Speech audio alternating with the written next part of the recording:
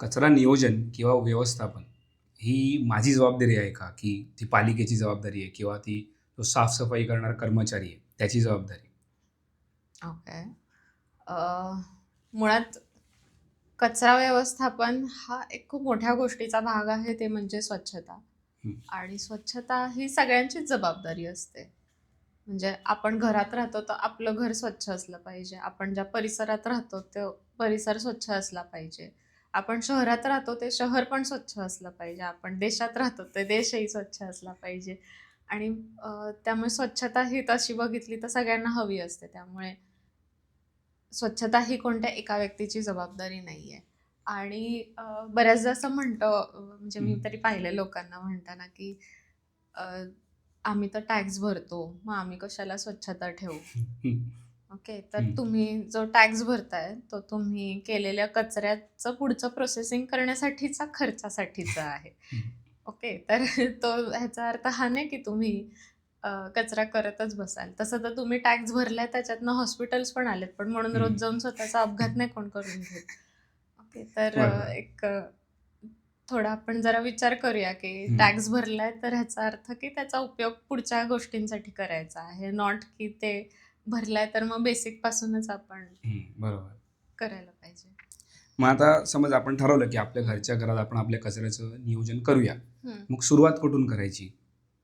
हं. सुरुवात तर ॲक्चुअली हं. कचरा बनणारच नाही इथपासून करायला पाहिजे. ओके. म्हणजे अ, आपल्याला एखाद्या गोष्टीचा कचरा हा कधी बनतो? जेव्हा ती वस्तू आपल्याला टाकायची वेळ येते तेव्हा. हं, वस्तू टाकायची वेळ कधी येते? जेव्हा आपल्याला कळतं की ही निकामी झाली, आता हिचा काही उपयोग नाही. एखादी वस्तू बिनकामाची कधी बनते?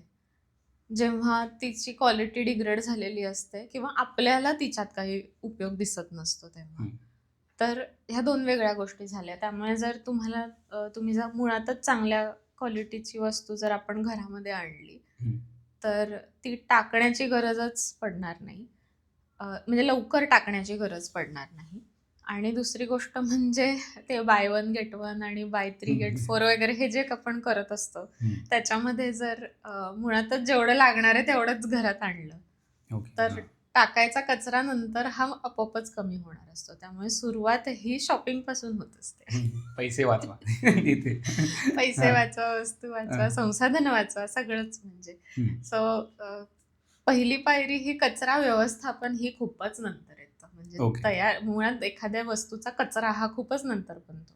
हं. सुरुवात ही तिकडनं असते जेव्हा एखादी वस्तू घरात येते. बरोबर. त्यामुळे हां. घरात काय आणायचं, काय नाही आणायचं, ह्याचा जेव्हा आपण विचार करायला सुरुवात करतो, हं. तेव्हापासून खरी कचरा व्यवस्थापनाची सुरुवात होते. ओके. मग ही बेसिक स्टेप झाली, की कचरा कमी करा. आणायच्या येस. गोष्टी कमी करा. हां. हां. कमी म्हणजे अर्थात ज्या उपयोगी आहेत त्या आणल्याच पाहिजेत असं नाही हं. म्हणत, की तुम्ही तुमच्या हे करा. पण आपल्या गरजा काय आहेत? हं. हल्ली ऑफर म्हणजे चालूच असतो. म्हणजे हो, वर्षभर हो. काय हे फेस्टिव्हल आणि ते फेस्टिव्हलच्या नावाखाली नुसत्या ऑफर चालू असतात. हं. तर खरंच तेवढी गरज आहे का आपल्याला? तेवढं आपण वापरणार आहोत का? हे अ, ह्याचा जरा एकदा सर्वांगीण विचार केला आपल्याला, तर हं. एकतर आपले पैसे भरपूर वाचतात त्या सगळ्यामध्ये. हं. आणि नंतर जो कचरा तयार झालाय तो मॅनेज करण्याचा जो त्रास असतो तोही कमी होतो. ओके. मग आता तू सांगितलंस, की चल पहिली स्टेप झाली, की हं. कचरा तुम्ही कमी करा, की गोष्टीच आणू नका. हां, हां, म्हणजे कमी आणा. अनावश्यक. हां, अनावश्यक गोष्टींवरती खर्च करू नका, ते आणू नका. पुढचं आता समज घरी कचरा तर बनतच राहतोय, आपण खातो-पितो बरोबर. काहीतरी ज्या हां, गोष्टी असतात. मग त्यांची आपण विल्हेवाट कशी लावतो? त्याच्या बेसिक स्टेप काय आहे? ओके. हं, जसं की अ, जेवल्यानंतर आता किंवा जेवण बनवताना फळं हं, वगैरे खातो आपण, त्याचा जो ओला कचरा असतो. हं, आत्ता या घडीला मी जिथे कुठे पाहते, अ, गाव पातळीवरती काय असतं, की गुरं असतात आजूबाजूला, हं. किंवा कुत्रे वगैरे असतात, तर त्यांना ते दिलं जातं. सगळा ओला कचरा हा बऱ्यापैकी गुरांच्या तोंडी जातो. पण जो कोरडा कचरा असतो, त्याच्यामध्ये पण भरपूर वेगळे-वेगळे प्रकार आहेत. तसं सुका कचरा आहे, तो हं. जनरली तिकडची घंटागाडी किंवा तिकडचे जे कचरा सफाई कर्मचारी कर्मचारी. आहेत, ते हं, घेऊन जातात आणि पुढे मग तो रिसायकलिंग फॅसिलिटी किंवा जे काही डंपिंग ग्राउंड आहे, जिथे पूर्ण कचऱ्याचं व्यवस्थापन घडणार असतं, तिकडे तो कचरा नेला जातो. पण आपल्याकडनं पहिली पायरी ही कशाची असू शकते, तर जो तयार झालाय कचरा त्याचं हं. पहिलं विभाजन करूया. ओके. ओके. जर हं. आपण तो सेपरेट नाही केला, तर तो पूर्णपणे तो खरंच कचरा बनतो मग. हं.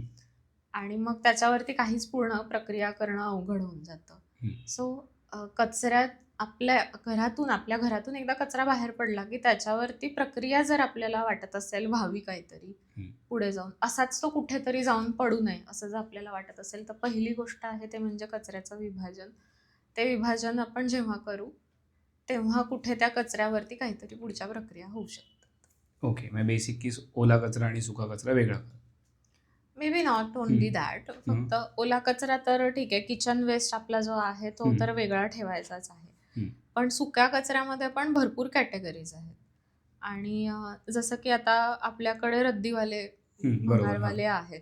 तर बराचसा सुका कचरा ते घेतात. पण हं. आपण जर तो असाच कसाही गुंडाळून दिला, बरोबर. हां. म्हणजे आपण वर्षानुवर्ष पाहिलं असेल बऱ्याचशा घरांमध्ये आपण न्यूजपेपर, वृत्तपत्रांची रद्दी काढतो. हं. ती आपण जशीच्या तशी दिली तर ते घेतात, किंवा वेगळे कागद आपण त्यांना करून दिले तर हां. त्याची ती रद्दी घेतात. चांगल्या प्रकारचं प्लास्टिक जे असतं, म्हणजे डब्बे मोठे असतात किंवा बादली वगैरे, ओके. ते सुद्धा बऱ्याचदा रद्दीवाले घेत असतात. नंतर बऱ्याचदा आपल्याला माहीत नसतं, पण एक थोडंसं ऑनलाईन शोधलं तर आपल्याला हं. कळतं सुद्धा, की आपल्या शहरामध्ये रिसायकलिंग आयटम्स कलेक्ट करण्याचे कलेक्शन ड्राईव्हज होत असतात. ओके. म्हणजे ई-वेस्ट आहे, इलेक्ट्रॉनिक वेस्ट आहे हां. किंवा वेगळ्या-वेगळ्या प्रकारचं जे वेस्ट आहे, ते गोळा करून रिसायकलिंग फॅसिलिटीपर्यंत पोहोचवण्यासाठीचे वेगळे-वेगळे ड्राईव्हज सामाजिक संस्था बऱ्याचशा करत असतात. तर अशा ह्यांच्याशी आपण जर जोडून घेतलं, तर त्या प्रकारचं वेस्ट आपण एक त्यांना देऊ शकतो. आणि ह्यांना पण आता माहिती असतं, की दिवाळी म्हटलं, की सगळेजण झाडून आपलं घर साफ करणार असतात. हां. तर ते बरोबर त्यावेळेला ओके. अ, दिवाळीच्या वेळेला वगैरे असे. हां. बरेचसे ड्राईव्हज असतात असे.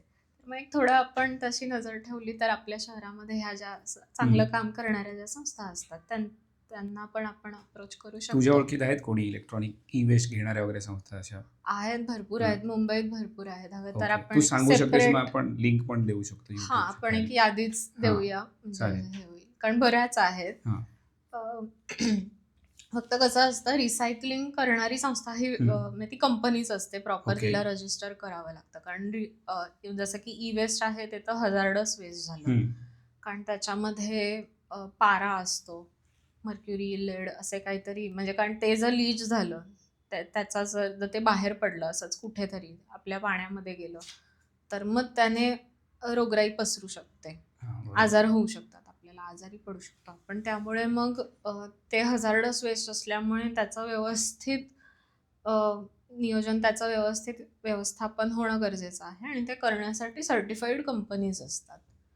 सो अशा कंपनीजने कोणाला कलेक्शनसाठी टायअप केलेलं आहे, हे मात्र चेक करणं गरजेचं आहे. म्हणजे जनरली जसं आपण न्यूजपेपर रद्दीवाल्याला देतो, हं. तसं ई-वेस्ट शक्यतो रद्दीवाल्याला देत देणं नाही. टाळावं आपण. ओके. कारण मग ते त्याच्यातलं फक्त प्लास्टिक काढतात, किंवा काही ठराविक अशा गोष्टी असतात ज्याच्यातून त्यांना फायदा होणार आहे असं वाटतं. पण हां. हा जो हजार्डस वेस्ट आहे नेमका, ज्याचा सगळ्यात जास्त धोका असतो, हां. म्हणजे बॅटरीज वगैरे आपल्या. हां, हां. बॅटरीजमध्ये वगैरे. हं. तर ते रिसायकलिंग करण्याची सुविधा ही या सर्टिफाईड रिसायकलर्सकडे असते. त्यामुळे शक्यतो ई-वेस्ट आपण त्यांच्याकडेच दिलेलं बरं असतं. ओके. मग हे पैसे घेतात काय संस्था आपल्याकडून काही? कारण काही अशा हां. आहेत, हो, कारण ना रिसायकलिंग बिझनेस असा खूप प्रॉफिटेबल बिझनेस वगैरे असं नाही आहे. त्यांना भरपूर हं. प्रकारचं अनुदान असण्याची गरजच पडते. पण कायच त्याच्यातनं म्हणजे असं काही खूप नाही निघत, आणि त्यात ते ओके. इतकं, म्हणजे आता नुसता जरी आपण फोन बघितला आपला हं. साधा, तर त्याच्यामध्ये गोल्ड, ॲल्युमिनियम आणि हे बाकी सगळं पण असतं. गोल्ड म्हणजे खूप नसतं अगदी. हां. एवढंच छोट्या असतं. प्रमाणात. हां. पण पण ते जे काही आहे ते सगळं काढणं, ते मॅन्युअल वर्क खूप जास्त आहे. करेक्ट. तर त्या मॅन्युअल वर्कवरती येणारा जो खर्च आहे, तो प्रचंड आहे. त्यामुळे, आणि त्याच्यातनं काही तेवढं आपण त्यांना मिळवत इन्कम नाही. जनरेट होत नाहीये हां, तेवढं. खूप असं होत नाही. त्यामुळे हं. बरेचसे हे जे रिसायकलिंगच्या फॅसिलिटीज आहेत, त्या एक तर आपल्या टॅक्सेसवरती किंवा CSR आणि अशा अनुदानांवरती अ, जास्त अवलंबून असतात. ओके. किंवा आपण जर कोणती मेंबरशिप घेतली कोणाकडे, कलेक्शन, की दर महिन्याला आमच्याकडे या आणि हे घेऊन जा.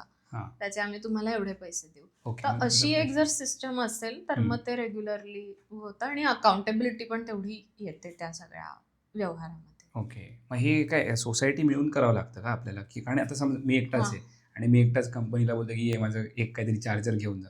तर ते परवडणारं ऑफकोर्स नाही नाही. आहे ना. एवढं पेट्रोल जाळून काय कोणी यायचं नाही. हां. पेट्रोल, डिझेल जाळून एका चार्जरसाठी. हं. त्यामुळे अर्थातच सहसा असतं की एक 5-6 किलो, 10 किलो तुमचं तेवढं वेस्ट झालं असेल, तर हं. त्यांना ते बरं पडतं. ती ओके. एक चक्कर टाकायला, की सोसायटीने एकत्र मिळून करणं हे कधी पण बेस्टच आहे. हं. कारण आपल्या हल्ली सोसायट्या मोठ्या पण असतात. एक सोसायटी म्हटलं तरी सहज 1000 घरं कधी-कधी होतात. हं. तर 1000 घरांचा मिळून जर बरोबर. आपण एक 6 महिन्यातून एक जरी ड्राईव्ह घेतला तरी भरपूर चार्जर्सच म्हटले आणि किंवा हां. सेल जरी म्हटले आपण करेक्ट. तरी हो. खूप निघतात. तर एक 5-6 किलोचा जरी वेस्ट असेल, तरी खूप फरक पडतो. ओके. मग आता तू 2 मुद्दे सांगितले, की हं, की पहिलं तर कचरा कमी करा. हं, दुसरं तर जो होतोय त्याला सेग्रिगेट करा आणि हं. त्यात पण सुका कचरा तू म्हणालीस, की वेगवेगळ्या गोष्टी आहेत. त्याच्यात हां. ना ॲक्चुअली जस्ट आणखीन काही हं. गोष्टी आहेत. म्हणजे नुसता कचरा कमी करा पर्यंत नाहीये. हं. घरात आल्या गोष्टी आणि जर त्या सुस्थितीमध्ये आहेत, हं. पण त्या माझ्या उपयोगाच्या नाहीयेत. ओके. तर आपण जे ट्रेडिशनली करत आलोय इतकी वर्ष, घरात भावंडं इतकी असायची, आपण शेअरिंग करायचो, हं. एक्सचेंज करायचो. तर ह्या गोष्टी पण करत राहिलो आपण, तर त्या वस्तू वापरात राहतात आणि त्या अगदी त्यांचा अंत येईपर्यंत त्या आपल्याला वापरता येतात. त्यामुळे चांगल्या-चांगल्या गोष्टी ज्या हं. पटकन फेकल्या जातात, हं. तेही आपल्याला कमी करता येऊ शकतं.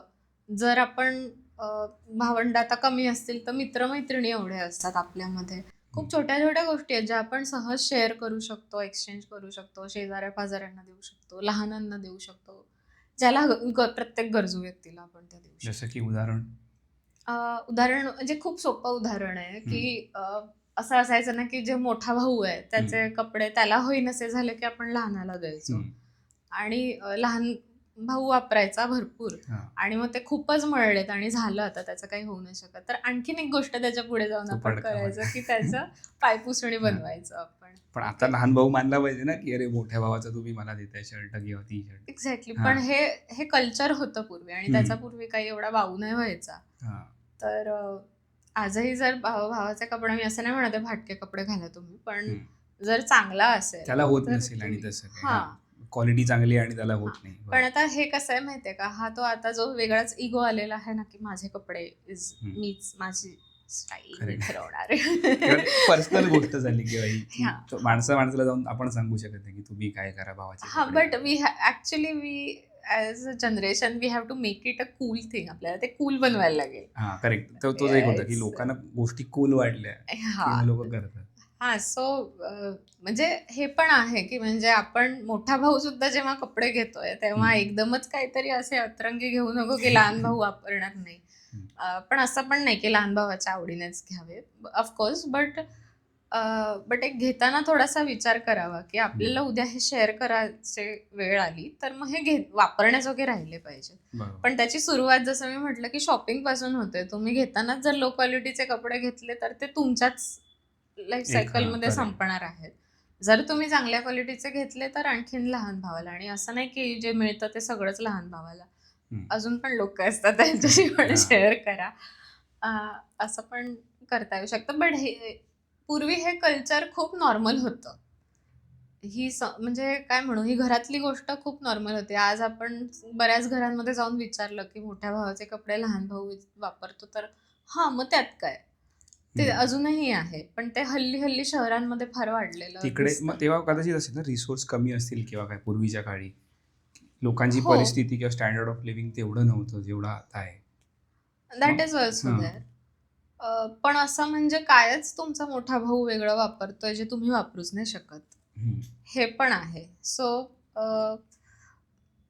काय माहिती आहे का, मला असं वाटतं, की तो अवेअरनेस पण नाहीये. हं. आपल्याला एक जागृती किंवा आपल्याला हे माहीत नाहीये, की तो एक कपडा बनण्यासाठी केवढे रिसोर्सेस म्हणजे नैसर्गिक संसाधनं किती हं. वाया नाही म्हणणार, तर किती यूज वापरली झालं. हां. गेलेली आहेत. आणि ती जेव्हा आपण जशीच्या तशी टाकून देतोय आपण, तेव्हा आपण काय करतोय? म्हणजे आता एक टी शर्ट आपण म्हणूया, तर त्याच्यासाठी जवळजवळ 2,500 लिटर पाणी वापरलं जातं एक ओके. शर्ट बनवण्यासाठी. किंवा एक जीन्स आहे, एक जीन्स बनवण्यासाठी 7,000 लिटर पाणी वापरलं जातं. अच्छा. 7,000 लिटरमध्ये केवढ्या जणांची केवढ्या फॅमिलीज आज बरोबर.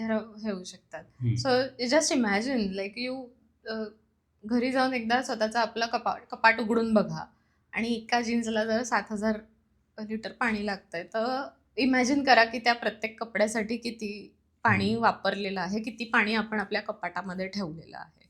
हा. आणि जर तुम्हाला ते पाणी टंचाईशी लिंक करता आलं, तुम्हाला तो संबंध जोडता आला, तर तुम्हाला कळेल की जेव्हा आपण हा कपडा टाकून देणार आहोत, तेव्हा आपण केवढं पाणी वाया घालवणार आहोत. हम्म.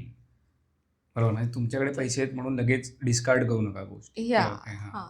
किंवा असं नाही की तुम्ही तुमच्या भावालाच द्या सगळे, कुठे संस्था पण असतील ना, कोणालाही की द्या, संस्था पण असतील कोणालाही ना द्या. कपडे ज्या घेतात. येस, हा, एक्झॅक्टली. पूर्वीच्या काळी ते भांडीवाले यायचे जे कपडे घेऊन भांडी द्यायचे एक्झॅक्टली. वगैरे. सो ती अजून पण ती येतात. बार्टर हा, सिस्टम होती. हा. अगेन समथिंग लाईक यू हम्म. Share, correct. Exchange, share, you do that. So ह्या ज्या गोष्टी आहेत ह्या सगळं घरातच करायला पाहिजे असं नाही, पण बाहेर जाऊन सुद्धा हे करता येऊ शकतं. हम्म.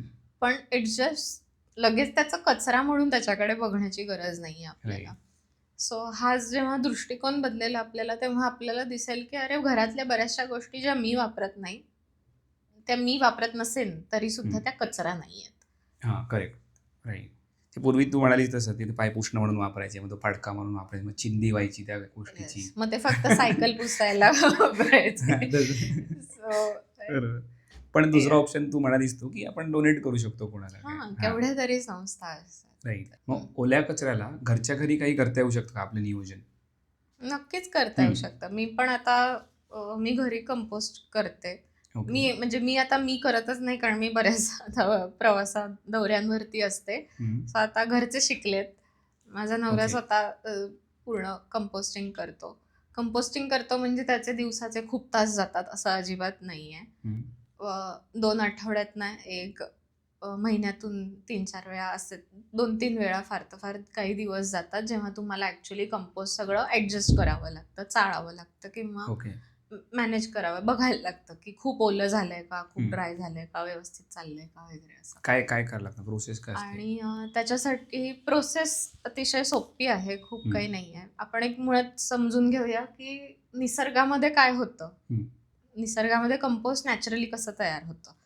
तर आपण जर तुम्ही जंगलामध्ये कधी चालून गेला असाल तर तुम्ही बघितलं असेल की फळझाडं असतात. ओके, वडाचं एखादं झाड इमॅजिन कर, त्याच्या खाली त्याच्या वडाच्या बेरीज खाली पडलेल्या आहेत आणि त्याच्यावरती त्या वडाचा पालापाचोळा पडलेला आहे आणि तो पाचोळा तसाच तिकडे राहून राहून राहून पुढे त्याचं खत तयार होतंय. तर ही जी प्रोसेस जंगलामध्ये घडते किंवा कोणत्याही झाडाच्या खाली घडते जिथे कॉन्क्रीट नाहीये, अशा झाडाच्या खाली जी प्रक्रिया घडते तीच आपल्याला आपल्या घरी कंपोस्ट बिनमध्ये आपल्या रेप्लिकेट करायची आहे. ओके. म्हणजे काय तर आता निसर्गामध्ये कसं असतं, मातीचा लेअर असतो, पाचोळ्याचा परत एक थर असतो, मग त्याच्या उपर परत ती फळं फुलं पडतात, मग परत त्याच्या उपर पाचोळा पडत राहतो.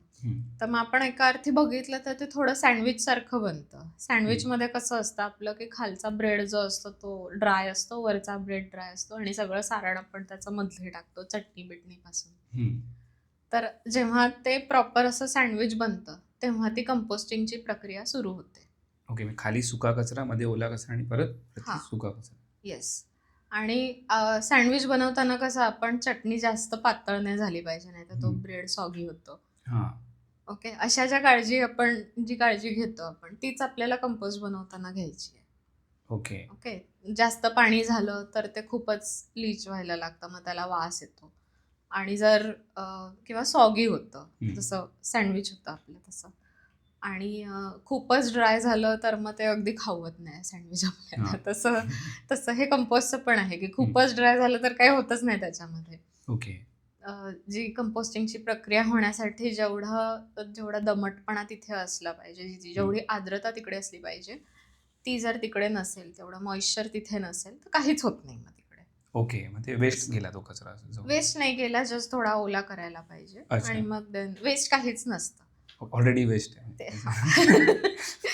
त्यामुळे ते काही वेस्ट असं नाही आहे. हां. फक्त ते ऍडजस्ट करायचं. लाईक खूप ओलं झालं असेल तर हं. थोडं ड्राय करायचं, खूप ड्राय ओके. झालं असेल तर थोडं मग ओलं त्याच्यात काय करायचं. कसं काय खाली काय टाकावं लागतं? म्हणजे घरच्या घरी आपल्या अवेलेबल असतो आता तो कचरा की घरच्या आपल्याला घरी आणावा कसं लागतो? केलंय आम्ही, स्टॅक कंपोस्टर घेतलेलं आहे. म्हणजे कारण विकत मिळतात. विकत मिळतात. तुम्हाला हव्या त्या आकाराची, हव्या त्या साईजची, हां. हव्या त्या मटेरियलची ओके. कंपोस्टर्स आज छान छान बाजारामध्ये मिळतात. त्याला नळ वगैरे असतो का असा? नळाचा पण मिळतो, मग ते हं. असं गोल फिरवायचं पण मिळतं, ओके. रोल करायला. तर अशी तऱ्हेतऱ्हेची खूप छान छान कंपोस्टर्स आज बाजारामध्ये मिळतात. हं. आणि अगदी तुम्ही घरातल्या घरात पण बनवू शकता. लाईक जुना ड्रम किंवा जुनी बादली असं काही असेल तर त्याला हां. थोडी भोकं पाडायची, कारण आतमध्ये सर्क्युलेशन राहिलं पाहिजे, हवा खेळती राहिली पाहिजे म्हणून. ओके. आणि एकदा तेवढं फक्त सेटअप झाला की तुम्ही जुनी बादली घेऊन पण त्याचं करू शकता हे. बेसिकली संकल्पना अशी आहे की आता माझ्या घरामध्ये साधारण 4 डब्बे आहेत, जे कंपोस्टचे. हां, कंपोस्टचे. हां. लाईक एक आपली डस्टबिनची कशी जेवढी हं. बादली असते तेवढी बादली आहे. त्याच्यावरती एकावर एक, एकावर एक असे 4 डब्बे ठेवलेले आहेत. हं. सुरुवात आम्ही वरच्या डब्यापासून करतो, म्हणजे रोज ते टाकणं सोपं पडतं. हां. आणि खालती कायम सुक्या कचऱ्याचा लेयर असतो, त्याच्यावरती ओला कचरा टाकायचा आणि परत सुका कचरा टाकायचा. ओके. ओके, सुका कचरा व्यवस्थित टाकायचा. दुसऱ्या दिवशी उघडून बघितल्यावरती कळलं नाही पाहिजे आदल्या दिवशी काय जेवलो आपण. ओके. ओके. सो व्यवस्थित ते हां. झाकलं गेलं पाहिजे. आणि मग एकदा ते छान झाकलं गेलं की हं. दुसऱ्या दिवशी तुम्ही त्याच्यावरती परत ओला कचरा, म्हणजे ती प्रक्रिया चालू राहते ओल्या सुक्याची. ओके. आणि एकदा तो एक डब्बा भरला की मग तो खाली ठेवून द्यायचा आणि मग दुसरा डब्बा घ्यायचा. आणि असे तुमचे सगळे डब्बे भरेपर्यंत पहिल्या डब्यामध्ये खत तयार झालेलं असतं. किती वेळ लागतो म्हणजे साधारण हे व्हायला, प्रिपेअर अ, व्हायला ते कंपोस्ट? साधारण 1 महिना ते 4 महिन्यामध्ये ते व्हेरी करतं. डिपेंड्स सीझन कोणता चालू आहे, ओके. आपण कुठे ठेवलेलं आहे कंपोस्टर, हं. कोणत्या भागामध्ये हे आहे. कोणत्या भागात म्हणजे आता मुंबईमध्ये दमटपणा खूप जास्त आहे. हं. त्यामुळे हिवाळ्यामध्ये ती प्रक्रिया बऱ्यापैकी चांगली होते, पण पावसाळ्यामध्ये पाणी खूप जास्त होतं. ओके. कारण खूपच जास्त पाऊस एकतर आपल्याकडे असतो आणि हे असतं. पण थोडं जर आपण देशाकडच्या भागामध्ये गेलो हं. तर तिकडे ड्रायनेस थोडा जास्त असतो. मग तुम्हाला स्वतःहून पाणी त्याच्यामध्ये थोडंसं शिंपडायला हं. लागतं, कारण ते खूपच ड्राय पडतं. तर त्या भागात, म्हणजे कोणत्या प्रदेशात राहतोय त्याच्यानुसार सुद्धा आपल्याला काही टेक्निक्स एक्स्ट्रा वापरायला लागतात. आणि बऱ्याचपैकी जर आपण पूर्ण वेळ व्हेजिटेरियन असू आणि हं. सगळा व्हेजच कचरा त्याच्यामध्ये जात असेल तर तुलनेने खूप फास्ट होतं कंपोस्टिंग. ओके. पण जर नॉनव्हेज खात असू तर त्याच्यात जी आपली माशाचे काटे, हं. चिकनची हाडं ते पण आपण टाकू शकतो, पण त्याला वेळ लागतो. पण त्याला वेळ लागतो. ओके. पण मग हे दर दिवशी आपण कचरा तो त्याच्यात टाकतो की कसं असतं म्हणजे? दर दिवशी तुम्ही जसं पण म्हणजे पटकन भरेल ना जर कचरा जास्त होत असेल हां, तर? सो इट डिपेंड्स अगेन तुमची फॅमिली साईज किती आहे. तुमच्या हां. घरामध्ये जर 2च माणसं राहत असतील आणि 4 डब्बे असतील तर ते हं. भरायला वेळ लागतो ओके. हां, बरोबर. बऱ्यापैकी. आणि जर तुमच्या घरामध्ये 6 माणसं असतील हं. आणि 4 डब्बे असतील तर मे बी ते तुम्हाला स्वतःहून फास्ट करायला लागतं. तुम्हाला 4 डब्बे पुरणार नाही. मग त्यातला कचरा काढून आपल्याला कसं वाळवत वगैरे घालायला लागतो का उन्हात वगैरे असं काही? नाही, नाही. तसं काही नाही? नाही. कारण मुळात ना कंपोस्टिंग घडतं, हं. खत बनतं म्हणजे काय होतं, तर त्याच्या आतमध्ये लोकांना बऱ्याचदा भीती असते की त्याच्या आतमध्ये किडे असतील ते हां. माझ्या घरात येतील. हं. तर त्या किड्यांना तुमच्या घरात काही इंटरेस्ट नसतो, पहिली गोष्ट. ते बाहेर येऊन वाळून मरून जातात. ओके. पण तरी पण मी असं नाही म्हणत आहे किडे कधी होतच नाहीत. जर हं. ते कंपोस्ट खूपच ओलं झालं असेल, काही हां. प्रॉब्लेम झाला असेल त्याच्यामध्ये, तर किडे त्याच्यातनं ते बाहेर केमरा येतात. वगैरे होतात ती त्याच्यामुळे होतात का? हां. तर जसं मी म्हटलं, की आपल्याला ते बॅलन्स करायला लागतं प्रॉपर. ओके. ड्रायनेस आणि किती ड्राय असावं आणि किती त्याच्यात आर्द्रता असावी, हे आपल्याला चेक करत बॅलन्स करायला लागतं. हे सुरुवातीचं 1-2 वर्ष आपल्याला अंदाज नाही, 2 पण नाही, काही महिने आपल्याला अंदाज येत नाही. हं.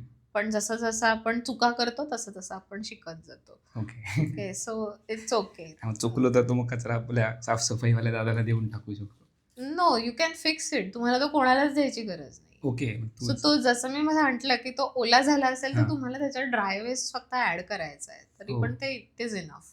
थोडा वेळ लागेल पण होऊन जाईल. अच्छा. तुम्हाला तो कोणालाही द्यायची गरज नाहीये. हां, मग सॉर्टेड आहे. येस. ठीक आहे, आपण तू म्हणालीस की फिक्स करू शकतो, आणि पण बुरशी लागली तर काय करू आपण? समज बुरशी लागली त्या कचऱ्याला. अरे इट इज अमेझिंग ॲक्च्युली. बुरशीच तर सगळं काम करत असते. बुरशी होते आपल्या कचऱ्यामध्ये, तर ह्याचा अर्थ ते त्याची विघटनाची प्रक्रिया चालू आहे ह्याचं ते इंडिकेटर आहे. ओके. माझ्या कंपोस्टमध्ये आता मशरूम्स पण येतात, पण ती पण शेवटी एक बुरशीच आहे. मग ते तर नॉर्मल आहे म्हणजे. हां, इट इज व्हेरी नॉर्मल. ते बघून आपल्याला असं घाबरण्याची काही गरज नाही. त्यात उलट त्याचा अर्थ आहे की ती विघटनाची, डिकम्पोझिशनची प्रक्रिया चालू आहे, व्यवस्थित चालू आहे. ओके. त्यामुळे बुरशी दिसली तर काहीच प्रॉब्लेम नाही. हां. उलट बुरशी आलेली गोष्ट जर राहिली असेल डब्यामध्ये, दप्तरातनं डबा काढायचा राहिलाय आणि त्याला बुरशी आली, असं जरी झालं असेल तर ते बिनधास्त कंपोस्टमध्ये टाका, काही प्रॉब्लेम नाही. उलट ते ओके. चांगलंच आहे. आणि मग आता अजून एक प्रश्न आहे ह्याच्या रिलेटेड, की हम्म. सुका कचरा तू म्हणाली टाकायचा, पण त्याच्यात काय टाकू नये? अच्छा. शक्यतो त्याच्यामध्ये आता जर तुम्ही फ्लॅटमध्ये राहत असाल आणि खूप जागा नाहीये त्याच्यामध्ये, तर कच्चं मांस शक्यतो त्याच्यामध्ये टाकू नये, कारण त्याला वास खूप येतो मग. ओके. म्हणजे उदाहरणार्थ आता शिजलेल्या माशाचे काटे टाकले किंवा चिकनची हाडं काय टाकली, तर ते शिजून झालंय ऑलरेडी, त्यामुळे ते ठीक आहे. पण जेव्हा आपण कोलंब्या सोलतो, मासे साफ करतो वगैरे, ते जे आहे ते शक्यतो टाकू नये, किंवा टाकलं तरी बाकीचा कचरा जास्त असेल ह्याची काळजी घ्यावी, कारण त्याला फक्त वास येतो, बाकी ओके. काही नाही. आणि दुसरी गोष्ट म्हणजे प्रत्येक नॅचरल गोष्ट जी आहे, प्रत्येक नैसर्गिक गोष्टीचं विघटन हे होतच होतं.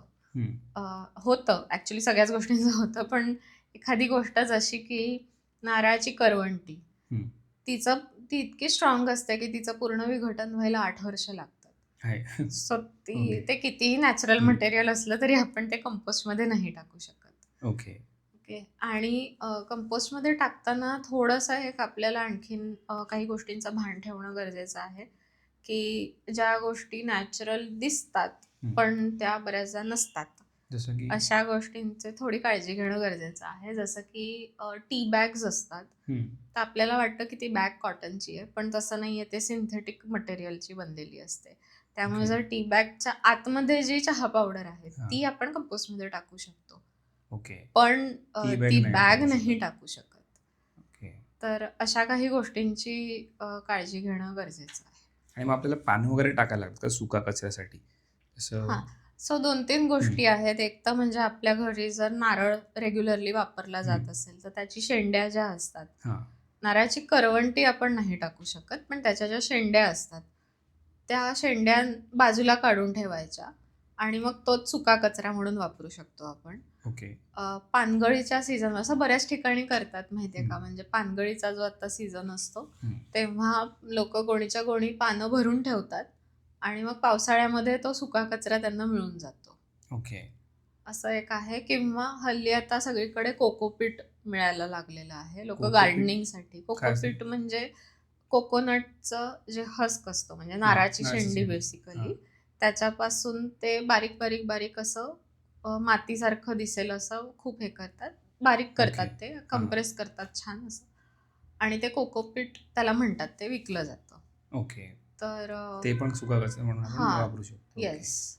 आणि मी बघितलं होतं की पानं विकतात लोक ॲमेझॉनवरती. कसली पानं? झाडाची पानं. म्हटलं की समजा माझ्या घरी आता, कारण शहरांमध्ये आपल्या इथे झाडच कमी आहेत, मग आपण पानं कुठे जाणार गोळा करायला? अरे केवढी पानं! सकाळी कोणताही स्वच्छता कर्मी रस्ता साफ करायला जायच्या आधी आपण जर गेलो तर आपल्याला 100% भरपूर पानं मिळतील, कारण एवढी बदामाची झाडं आणि तऱ्हेतऱ्हेची झाडं आहेत आपल्या बाजूला. कोणत्याही बागेत आपण गेलो तर तिकडचा थोडासा पालापाचोळा थोडी मेहनत आहे त्याच्यामध्ये कचरा गोळा करून. एक तर तुम्ही स्वतः करा किंवा कोणाला तरी, कारण जो तुमच्याकडे नेहमी येणारा स्वच्छता कर्मी आहे त्याला सुद्धा तुम्ही सांगून ठेवू शकता की बाबा माझ्यासाठी ही घे गोणी, माझ्यासाठी पाचोळा वेगळा काढून ठेव, तो टाकू नको कुठे, जाळू पण नको कुठे. बरोबर, जाळतात तो तर विचित्रपणा होतो. येस. तर ते कुठे न देता माझ्यासाठी एवढा काढून ठेव, तो देईल काढून. थोडं तुम्ही एक एक्स्ट्रा. समज तुझा आपला कार्यक्रम बघून लोकांनी खूप असं बनवलं खत घरच्या घरी, तर मग करणार काय लोक? म्हणजे समजा अशी भविष्यात परिस्थिती आली की लोक बनवायला लागली घरच्या घरी कंपोस्ट, तर मग काय करणार त्या खताचं? वेल, स्वतःचं ग्रो युअर ओन फूड या पॉइंटला नाही ॲक्च्युली, कारण आपण जर बघितलं भारताची आत्ताची सॉइल फर्टिलिटी या हम्म. घडीला जर आपण पाहिली तर प्रचंड कमी आहे. ओके. म्हणजे खूप कमी फर्टाईल लँड राहिलेली आहे आणि ती सुद्धा नदीपात्रांमध्ये खूप स्पेसिफिक ठिकाणी राहिलेली आहे. ओके. आणि नद्यांची आत्ताची अवस्था आपली बघता ती जमीन काय बरोबर. फार काळ फर्टाईल राहील अशातला भाग वाटत नाही. दोन्ही गोष्टी आहेत. एक तर केमिकल फर्टिलायझर्स खूप जास्त वाढलेले आहेत, ते माहिती आणि आपल्याला आपल्या खाण्यामध्ये पण येतं. आणि ते ज्यांनी सेंद्रिय गोष्टी खाल्लेल्या आहेत आपल्या आधीच्या पिढ्यांनी, आत्ताच्या भाज्यांची, कांद्याची फॉर एक्झाम्पल, लोक म्हणतात आजकाल कांदा गोड नाही लागत. ओके. ओके, तर ह्या सगळ्या चवी ज्या बदललेल्या आहेत त्याचा तो कांदा गोड परिणाम लागायचा? दिसतो. या येस येस, अच्छा. That is true. सो ते भरपूर, म्हणजे त्याला भरपूर गोष्टी कारणीभूत आहेत अर्थात, पण प्रदूषण हे खूप मोठं कारण आहे आणि केमिकल्सचा मारा प्रचंड होतो आहे आपल्या जमिनीवरती. तर ही जी सॉइल फर्टिलिटी कमी झालेली आहे ती जर आपल्याला भरून काढायची असेल तर त्याच्यासाठी हे घरच्या घरी तयार केलेलं खत आणि इतर काही गोष्टी जसं की शेण वगैरे जे वापरलं गावांमध्ये. जातं. हां, तर आता गाय तर आपल्याकडे नाही, पण किमान घरच्या घरी जे खत आपण बनतं ते ॲटलिस्ट आपल्या भाजीवाल्याला जरी तुम्ही दिलं तर ती तुमच्यासाठी जाणणारी भाजी चांगली तुमच्या बरोबर. हो. खतातनं बनवून आणेल. तर खत घेणारी लोक भरपूर आहेत, खताची मागणी कमी नाही आहे. ओके. तर जितकं खत बनेल तितकं चांगलंच आहे. आणि आपल्याकडे हल्ली तर जमीन मुळातच कमी राहिलेली आहे, तर जितकी लोक स्वतः उगवतील तितकं चांगलंच आहे.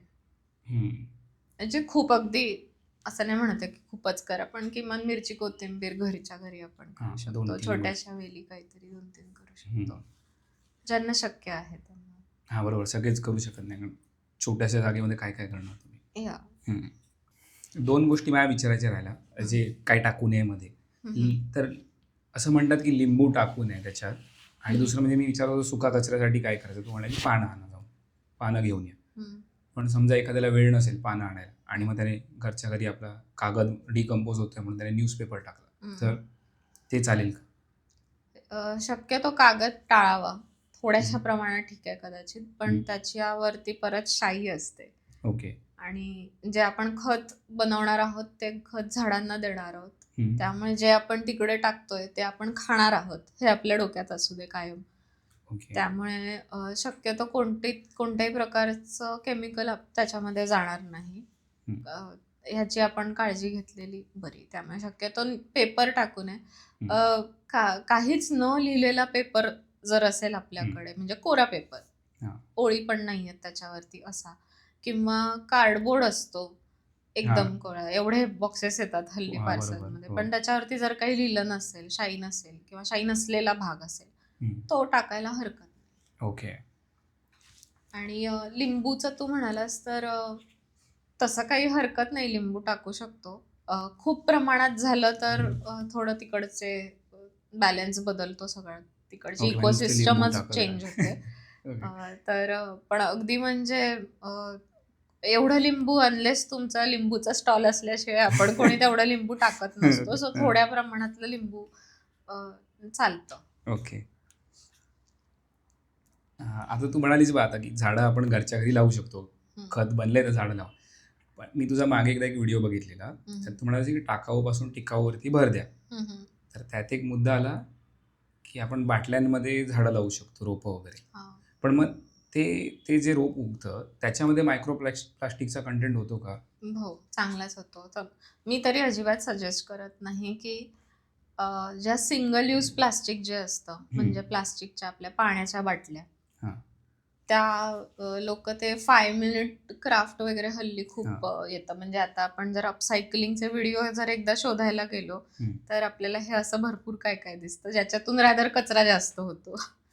तर ते टाकाऊपासून टिकाऊ किती होतं माहीत नाही, पण कचरा त्याच्यातनं जास्त निघतो. त्यामुळे आपण जे प्लास्टिक वापरतोय ना त्याच्यामध्ये एक असा प्रकारचं प्लास्टिक आहे जे ड्युरेबल आहे, जे वर्षानुवर्ष आपण वापरतो. आणि एक अशा प्रकारचं प्लास्टिक आहे जे एकदा वापरलं की ते एकदा किंवा एक 5-6 वेळा वापरून ते नंतर खराबच होणार आहे. हम्म. तर जे पटकन खराब होणारे प्लास्टिक त्याच्यामध्ये शक्यतो झाडं लावणं टाळावं. पण ज्या आपल्याला माहिती आहे जसं की चांगल्या रंगाच्या बादल्या असतात, हम्म. ओके, तर त्या व्यवस्थित स्वच्छ करून थोड्या उन्हात ठेवून मग नंतर अ, त्याच्यामध्ये जर आपण झाड लावलं तर ठीक आहे, कारण ते प्लास्टिक खूप चांगल्या दर्जाचं असतं. ओके. तर अशा गोष्टी ठीक आहे. सो जेव्हा आपण टाकाऊपासून टिकाऊ करायला जातोय ना, हम्म. तेव्हा जे सिंगल यूज प्लास्टिक आहे त्याचा आपल्या अन्नाशी जर कुठेतरी संबंध येणार असेल तर त्याच्यापासून टाकाऊपासून टिकाऊ करायला ओके. जाऊ नये. म्हणजे जुनी समजा बाटली आहे, आता हम्म. प्लास्टिकची बाटली आहे पाण्याची, तर ती कट करून त्याच्यापासून लोक पेन स्टँड बनवतात किंवा अशी कंपास पेटी बनवतात किंवा काय. तर अशा गोष्टी ठीक आहेत, ओके. त्या राहतील सुद्धा कदाचित. पण एकदा त्याचा मातीशी पाण्याशी संबंध आला की त्याच्यातनं मायक्रोप्लास्टिक निघत जाणार. रॅदर ह्या ज्या पाण्याच्या बाटल्या आहेत ना त्याच्यामध्ये आपण बघितलं तर काहीतरी 6 महिन्याची साधारण एक्सपायरी डेट दिलेली असते. ओके, तर पाणी 6 महिन्यांनी एक्सपायर होतं का? नाही, बरोबर. पाणी एक्सपायर होत नाही. हा, पाणी तर नाही एक्सपायर होत. मग एक्सपायरी डेट कशाची असते? तर ती त्या बाटलीची बाटलीची. असते. ओके. म्हणजे तुम्ही आणखीन 6 महिन्याच्या पुढे जर ती बाटली जाऊन वापरली, तर ते मायक्रोप्लास्टिक हळूहळू त्या पाण्यामध्ये उतरलेलं असणार आहे. ओके. त्यामुळे उलट बाटलीतलं पाणी खरं तर जास्त घातक आपल्यासाठी ठरतं अशा वेळी. म्हणजे त्यामुळे बाटल्याबरोबर रिसायकलिंगलाच द्यायला हवं त्यांना. हां. हां, म्हणजे अशा पहिली मातीशी किंवा गोष्ट म्हणजे त्या पाण्याशी बरोबर. घेऊच नाहीत. आपण तिथून सुरू हां. करूया. त्या पण घेऊच पण नाहीत घ्यावं लागेल, शक्यतो. कधी पाणी विसरला माणूस. हां. हां. तर पण खूपच अगदी अडचण असेल, कुठेतरी अडकलो आपण आणि नाहीच आहे पाणी, हो. अशा वेळी ती बाटली हाच एक स्रोत आहे आपल्या पाण्याचा. अशा वेळी जर पाणी घ्यायलाच लागलं तर ठीक आहे, पण मग ती रिसायकलिंगला बेस्ट जाईल ह्याची ऑप्शन. काळजी हां. घ्यावी. तुझा मुद्दा जो आहे की गरज असेल तरच बाटली घ्या, पण ते जेवढं प्रॅक्टिकल आहे तेवढं लोक काहीतरी ठरवतील त्यांच्या हिशोबाने. मी मागे ना तुझा एक कार्यक्रम बघितला होता, कचरा नको ग बाई म्हणून. तर तू अजून पण तेच करतेस का काम? ते काम चालतं का तुझं? आणि अजून एक छोटा प्रश्न की ते कचरा नको ग बाप्या का नाही? ओके. तर नाही, कचरा नको ग बाई हा ॲक्च्युली आय थिंक लॉकडाऊन नंतर सुरू केलेला आमचा 4 सत्रांचा असा हा कोर्स होता प्रॉपर. ओके. की घरच्या घरी कचऱ्याचं व्यवस्थापन कसं करू शकतो आपण आणि खूप जास्त ते ओव्हरवेल्म न होता ते कसं करू शकतो, ह्याच्याबद्दलचा तो एक कोर्स होता. तर आत्ता सध्या तरी तो आम्ही घेत नाही आहोत. आणि पण म्हणजे असं नाही आहे की ऑनलाईन होतच नाही आहे. डाऊन द लाईन कदाचित तो होईल सुद्धा. ओके. आणि काही ठिकाणाहून विशेष मागणी येते की आमच्याकडे या आणि घ्या म्हणून. तर मग अशा वेळी कचरा नको ग बाईची टीम जी आहे ती जाते आणि त्या विशिष्ट भागामध्ये घेते. जसं की आता रिसेंटली त्या टीमने अकोल्यामध्ये जाऊन काही सत्र घेतली त्याची. फक्त आता होतं काय की लोकांची ना बऱ्याच ठिकाणी 4 तास बसून ऐकण्याची क्षमता राहिलेली नाहीये. तर आम्ही सुद्धा तो ऑनलाईन जेव्हा घेत होतो, तो एक तो लॉकडाऊनमध्ये काढलेला कोर्स आहे. त्यामुळे आम्ही जेव्हा तो ऑनलाईन घेत होतो तेव्हा तो आम्ही स्प्लिट करायचो 2 दिवसांमध्ये किंवा 4 दिवसांमध्ये, असा तो स्प्लिट व्हायचा. तर रोज 1 तास बसणं ठीक आहे. बरोबर. पण एखाद्या ठिकाणी जर आपण गेलो तर रोज 4 तास प्रत्येकाला 1 तासासाठी प्रत्येकाला बोलवणं सलग 4 दिवस ते थोडं अवघड होतं. म्हणून मग कधी कधी आम्ही त्या एका कोर्सचे छोटे भाग करून मग त्यानुसार जनजागृतीसाठी कचरा नको ग बाईची टीम जाते. पण हां, दुसरा तुझा जो प्रश्न होता की कचरा नको ग बाप्या का नाही? तर त्याची गंमत ॲक्च्युली अशी आहे की हा कोर्स जेव्हा बनवला होता तेव्हा ह्याचं नाव काय ठेवायचं असा भरपूर विचार चालला होता. आणि मला माहित नाही का, मग मी विचार करता करता गाणी गायला लागले मनातल्या मनात. आणि थोडंसं सुरुवातीला ट्रेंडी गाणी आपण काहीतरी बघूया असं म्हणून त्यावेळेची जी सुचलेली ट्रेंडी गाणी गायले, पण मग ते काय बसत नव्हतं, आवडत नव्हतं ते नाव. आणि संत एकनाथ माझे ॲक्च्युली खूप फेवरेट आहेत, लाईक एकदम चिल माणूस आयुष्यातला. त्यांनी इतकी छान छान भारुडं आपल्याला दिलेली आहेत. आणि मग म्हणजे ही गाणी गाता गाता मी त्या भारुडांकडे आपोआप वळले आणि त्याच्यामध्ये हे दादला नको गं बाईचं गाणं मी गात राहिले. ओके. आणि मग मी ती प्रत्येक कचरा. गाण्यामध्ये मी जी गाणी त्यावेळी गात होते प्रत्येकमध्ये हा कचरा किंवा असं काहीतरी टाकून बघत होते हां. आणि ह्याच्यात हे छान बसलं. ओके. म्हणून ते तसं स्पीड म्हणून झालं. आम्ही ते तसं ठेवलं. तर अच्छा. Thanks to Sant Eknath. Okay. त्यांच्यामुळे तर ते मला हा प्रश्न पडला कारण तू आता पण अ, म्हणालीस ना, की तुझा नवरा हे गोष्टी करतो. हां. म्हणजे नुसती बाईची जबाबदारी नाहीये ही, की हो. नेहमी कचऱ्याचं व्यवस्थापन करतो. म्हणून येस. विचारलं तुला. ऑफकोर्स ही हं. नाही आहे. इट्स लाईक ते कॅची बनवण्यासाठी ओके. ते हां. झालेलं आहे. हां. पण एखादी गोष्ट मला नको गं बाई, हं. असं जे आपण म्हणतो, तर हं. It's very that casual. अर्थात हा कोर्स आम्ही ॲक्च्युअली होममेकर्ससाठीच ठेवला होता. कारण they okay. Have the major control. घरात काय येतं आणि हं. घरातून काय बाहेर जातं आणि ते कसं येतं आणि कसं जातं. ह्याचा हं. बराचसा कंट्रोल हा गृहिणींवरती आजही आहे हो. आपल्या.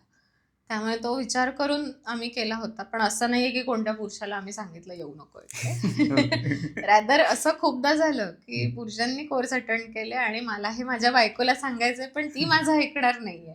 तिला मी कोर्स करायला पाठवतो.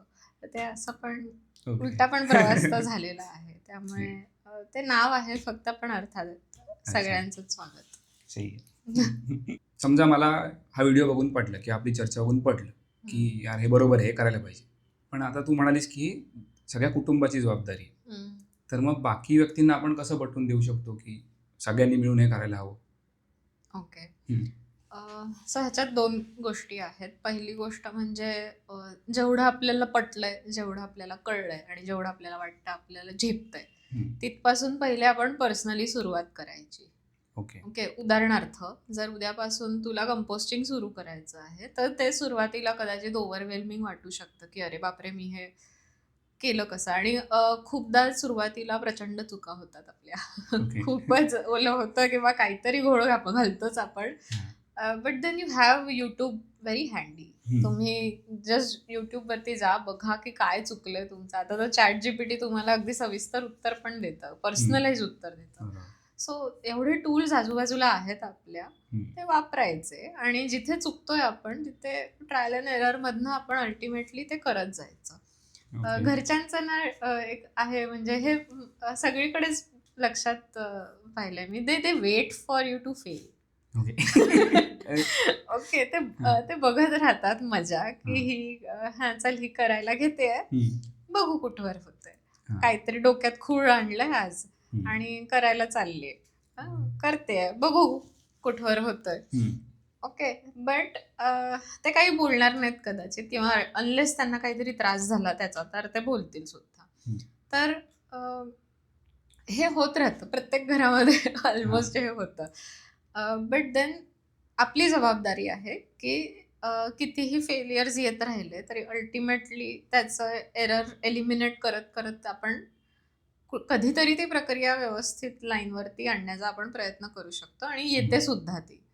अ, कोणत्याहीच पहिल्यांदा केलेला इट्स लाईक तुम्ही आयुष्यात पहिल्यांदा बनवलेला चहा आठवा किंवा पहिल्यांदा बनवलेली कोणतीही डिश आठवा. पाणीच जास्त झालेलं असतं, काहीतरी बरोबर. चहा पावडर सगळं प्रपोर्शनची वाट लागलेली असते. हं. सो बट आज जेव्हा तुम्ही 5 वर्षांनी, 6 वर्षांनी, 10 वर्षांनी जेव्हा आज चहा बनवतायत, हं. आय एम शुअर तुम्ही खूप छान छान चहा बनवत असाल. सो ही सेम प्रक्रिया आहे. It's just okay. Like cooking. So have some faith on yourself. थोड्यावर स्वतःवरती विश्वास ठेवा. ते करा आणि जेव्हा तुम्ही त्याच्यामध्ये सातत्य मेंटेन केलेलं असेल, तुम्हाला ती गोष्ट खूप छान जमायला लागली असं जेव्हा बघतील घरची लोकं हं. आणि जेव्हा तुम्ही करताना ते एफर्टलेस दिसायला लागेल, हां. तेव्हा घरातले त्याच्यामध्ये सामील होतात. ओके. ओके. जर त्यांना दिसलं की तुम्हीच एवढे त्रासलेले आहात, तर ते म्हणतील, "नको करू, सोडून दे. तुझ्याही डोक्याला ताप होतोय आणि तू घरच्यांनाही ताप करतोय." हं. बरोबर. ओके. सो हां.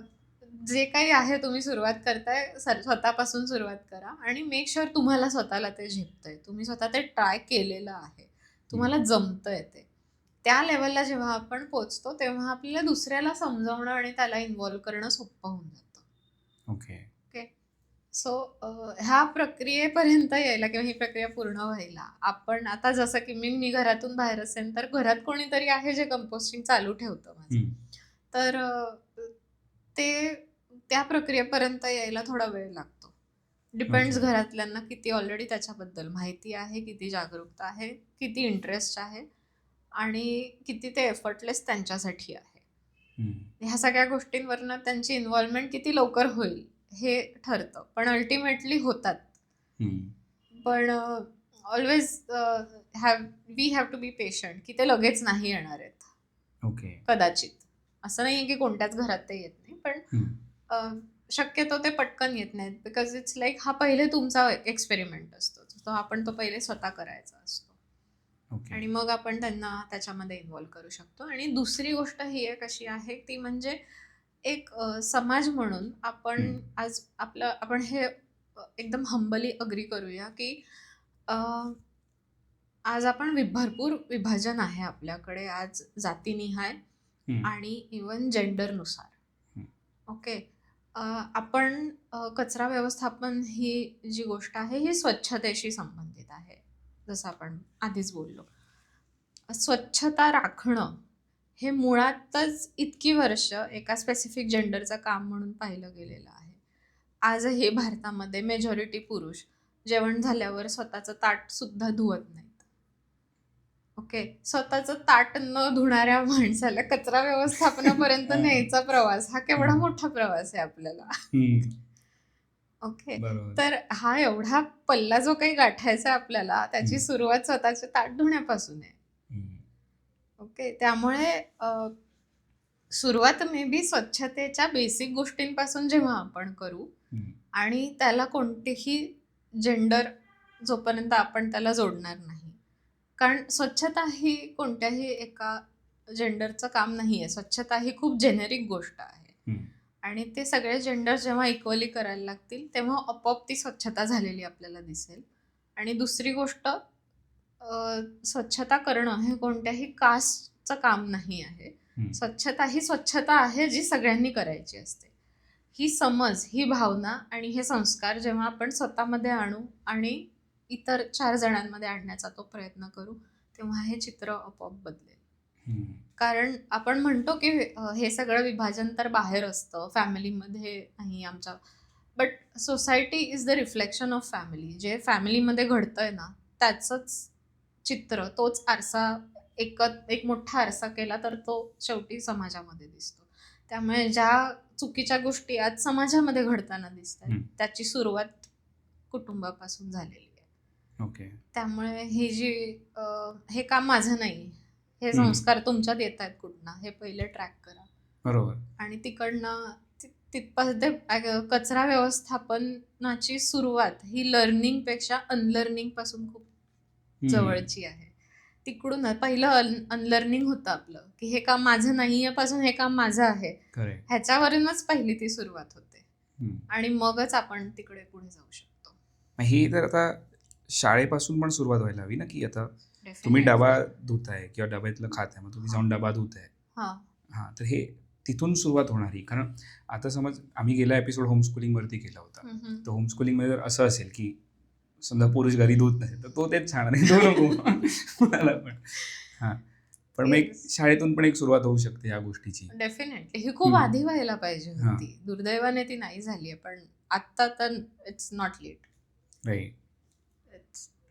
Every time is right time to begin दिस.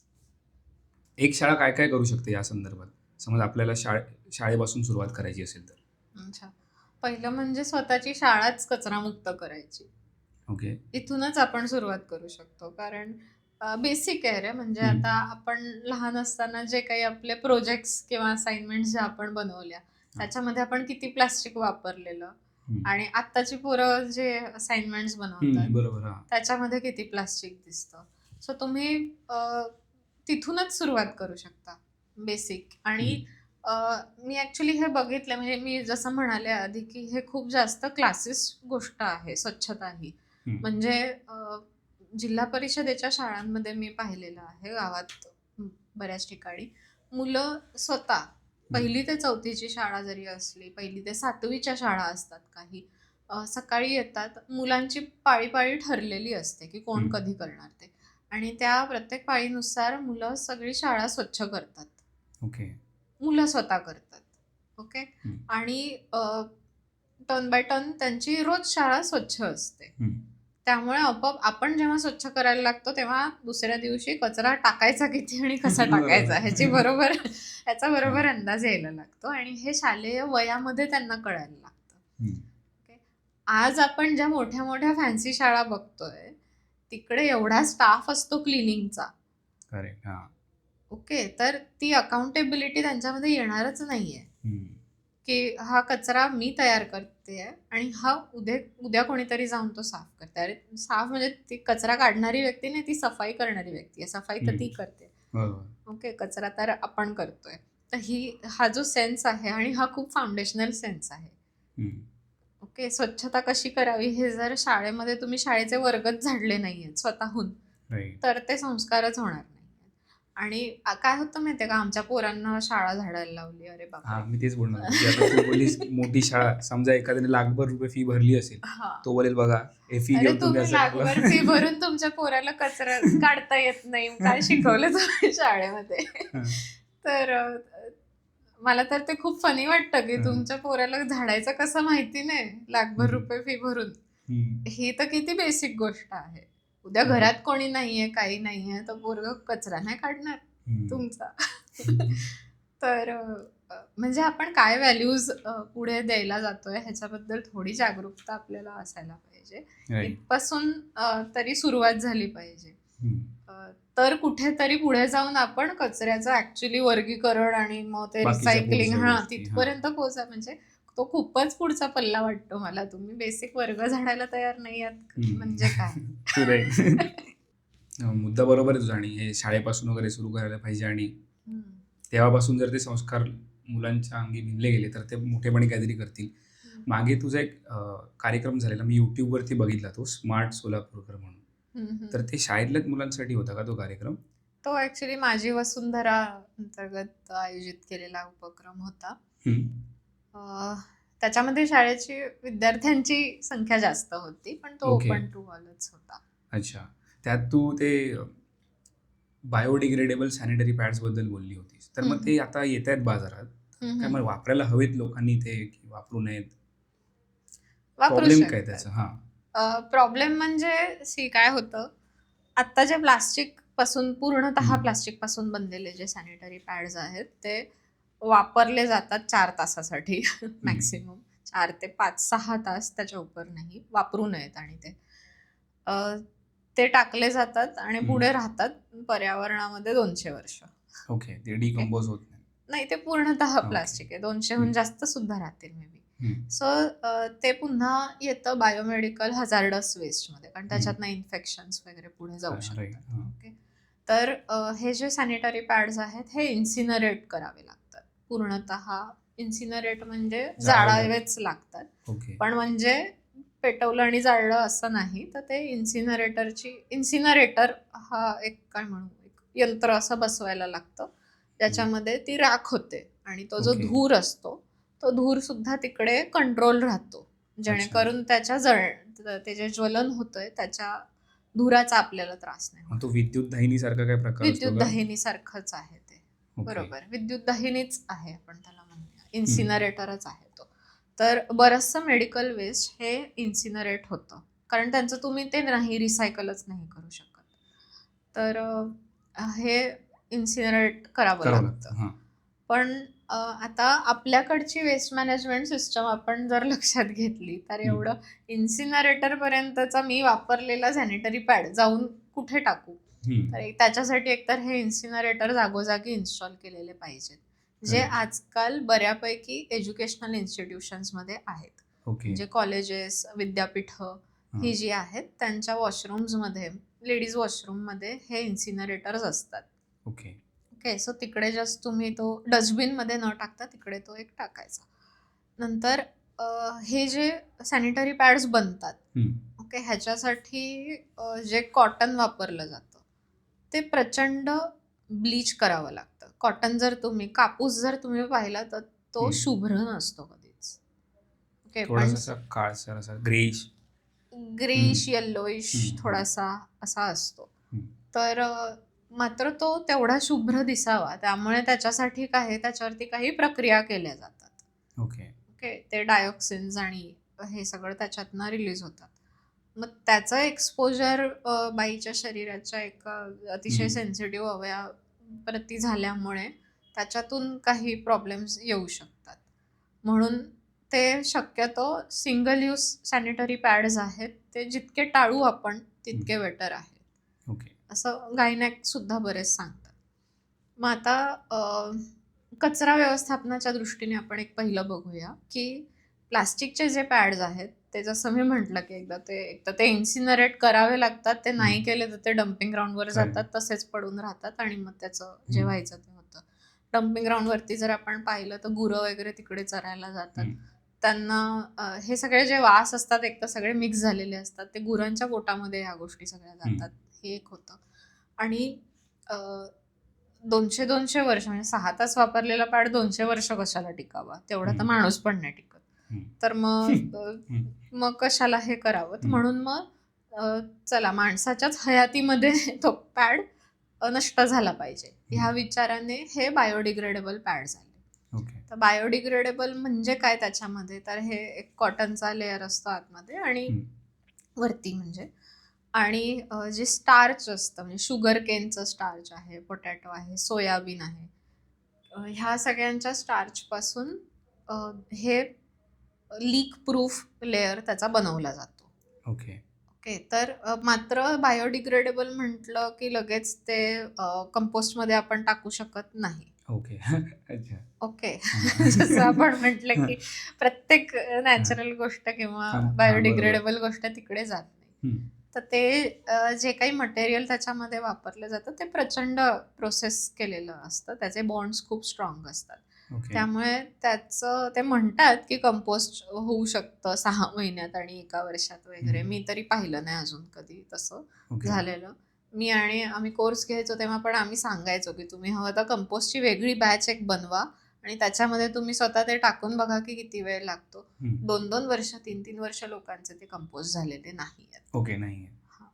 विदर होतात ते, म्हणजे प्लास्टिक जेवढं व्यवस्थित राहतं तसे ते राहत नाहीत, हे होतात, पण तुम्हाला तुकडे दिसतात त्याचे. ओके. ओके, तर 3-3 वर्ष कंपोस्ट न होणारी गोष्ट आपण कंपोस्टमध्ये नाही टाकू शकत, त्याला वेळ लागतोय.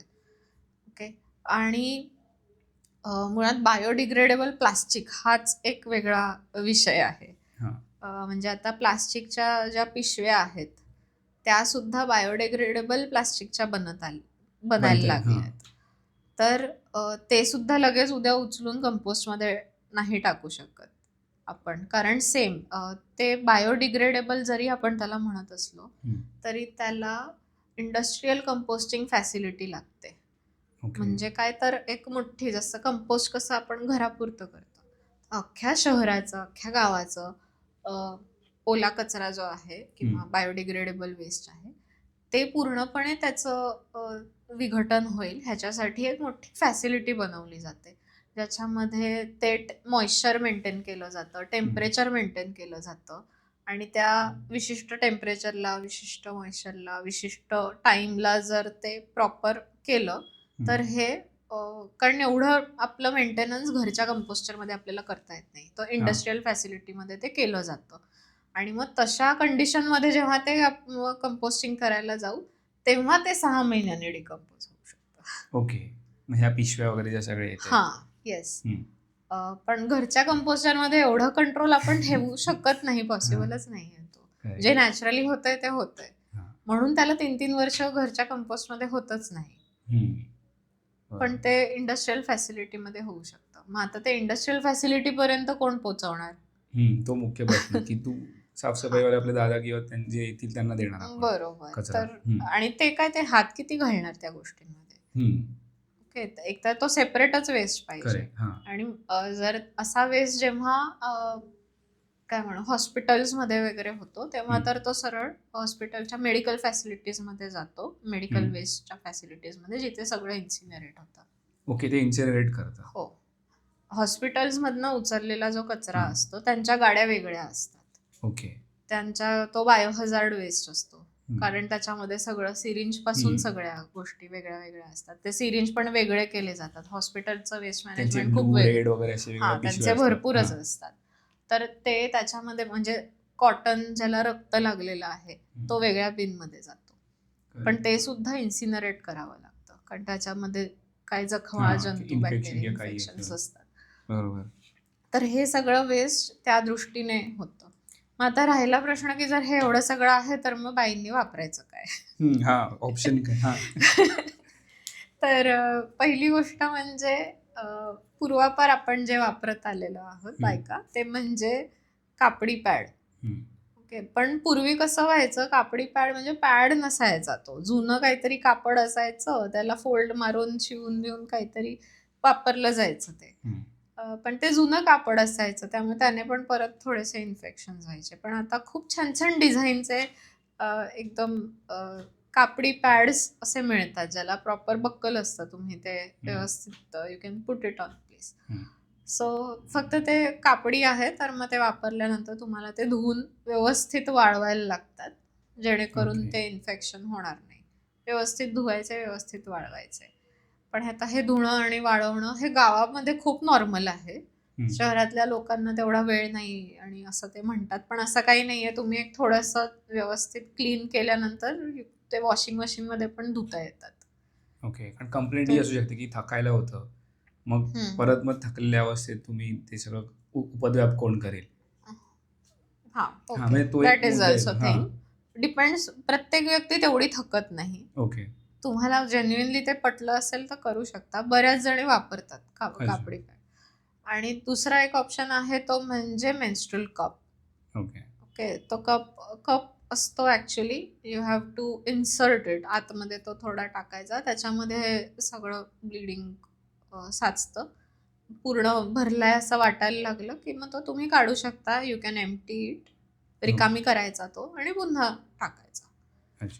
ओके, टाइम टू टाइम फक्त तो थोडा क्लीन करायला लागतो. ओके, उकळवून वगैरे. सिलिकॉनचा कप असतो, दिसायला प्लास्टिक सारखा असतो, पण रियुजेबल असतो. मेडिकल ग्रेड सिलिकॉन असतो. तर म्हणजे त्याने कचरा कमी होईल या गोष्टीने. हा, आणि ते 8-10 वर्ष चालतात लोकांचे. सो म्हणजे तुम्ही लिटरली 150-500 वॉट एव्हर त्या अमाऊंटचा कप विकत घ्यायचा आणि 10 वर्षात काहीच खर्च नाही करायचा. सो हे खूपच इकॉनॉमिकली परवडणारी गोष्ट आहे ही. अदरवाईज आज हे म्हणतो ना आपण पिंक टॅक्स जो आहे तो खूप जास्त आहे अदरवाईज आज बायकांवरती. म्हणजे नॅचरल गोष्ट आहे, पिरियड्स, मासिक पाळी ही इतकी नैसर्गिक गोष्ट आहे, पण त्याच्यासाठी इतका पैसा खर्च करावा लागतो त्या पॅड्सवरती.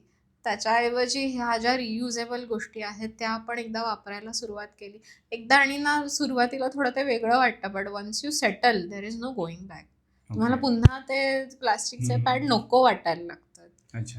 सो असा बऱ्याच बायकांचा अनुभव आहे. त्यामुळे फक्त डिस्पोजेबल पॅडचं जसं तू विचारलंस की तेच आहे की डिस्पोजेबल नाही, काय बायोडिग्रेडेबल पॅड्सचा तोच इश्यू आहे की ते किती तुम्ही, म्हणजे ते 200 ऐवजी 10 वर्षावरती ती साखळी येते.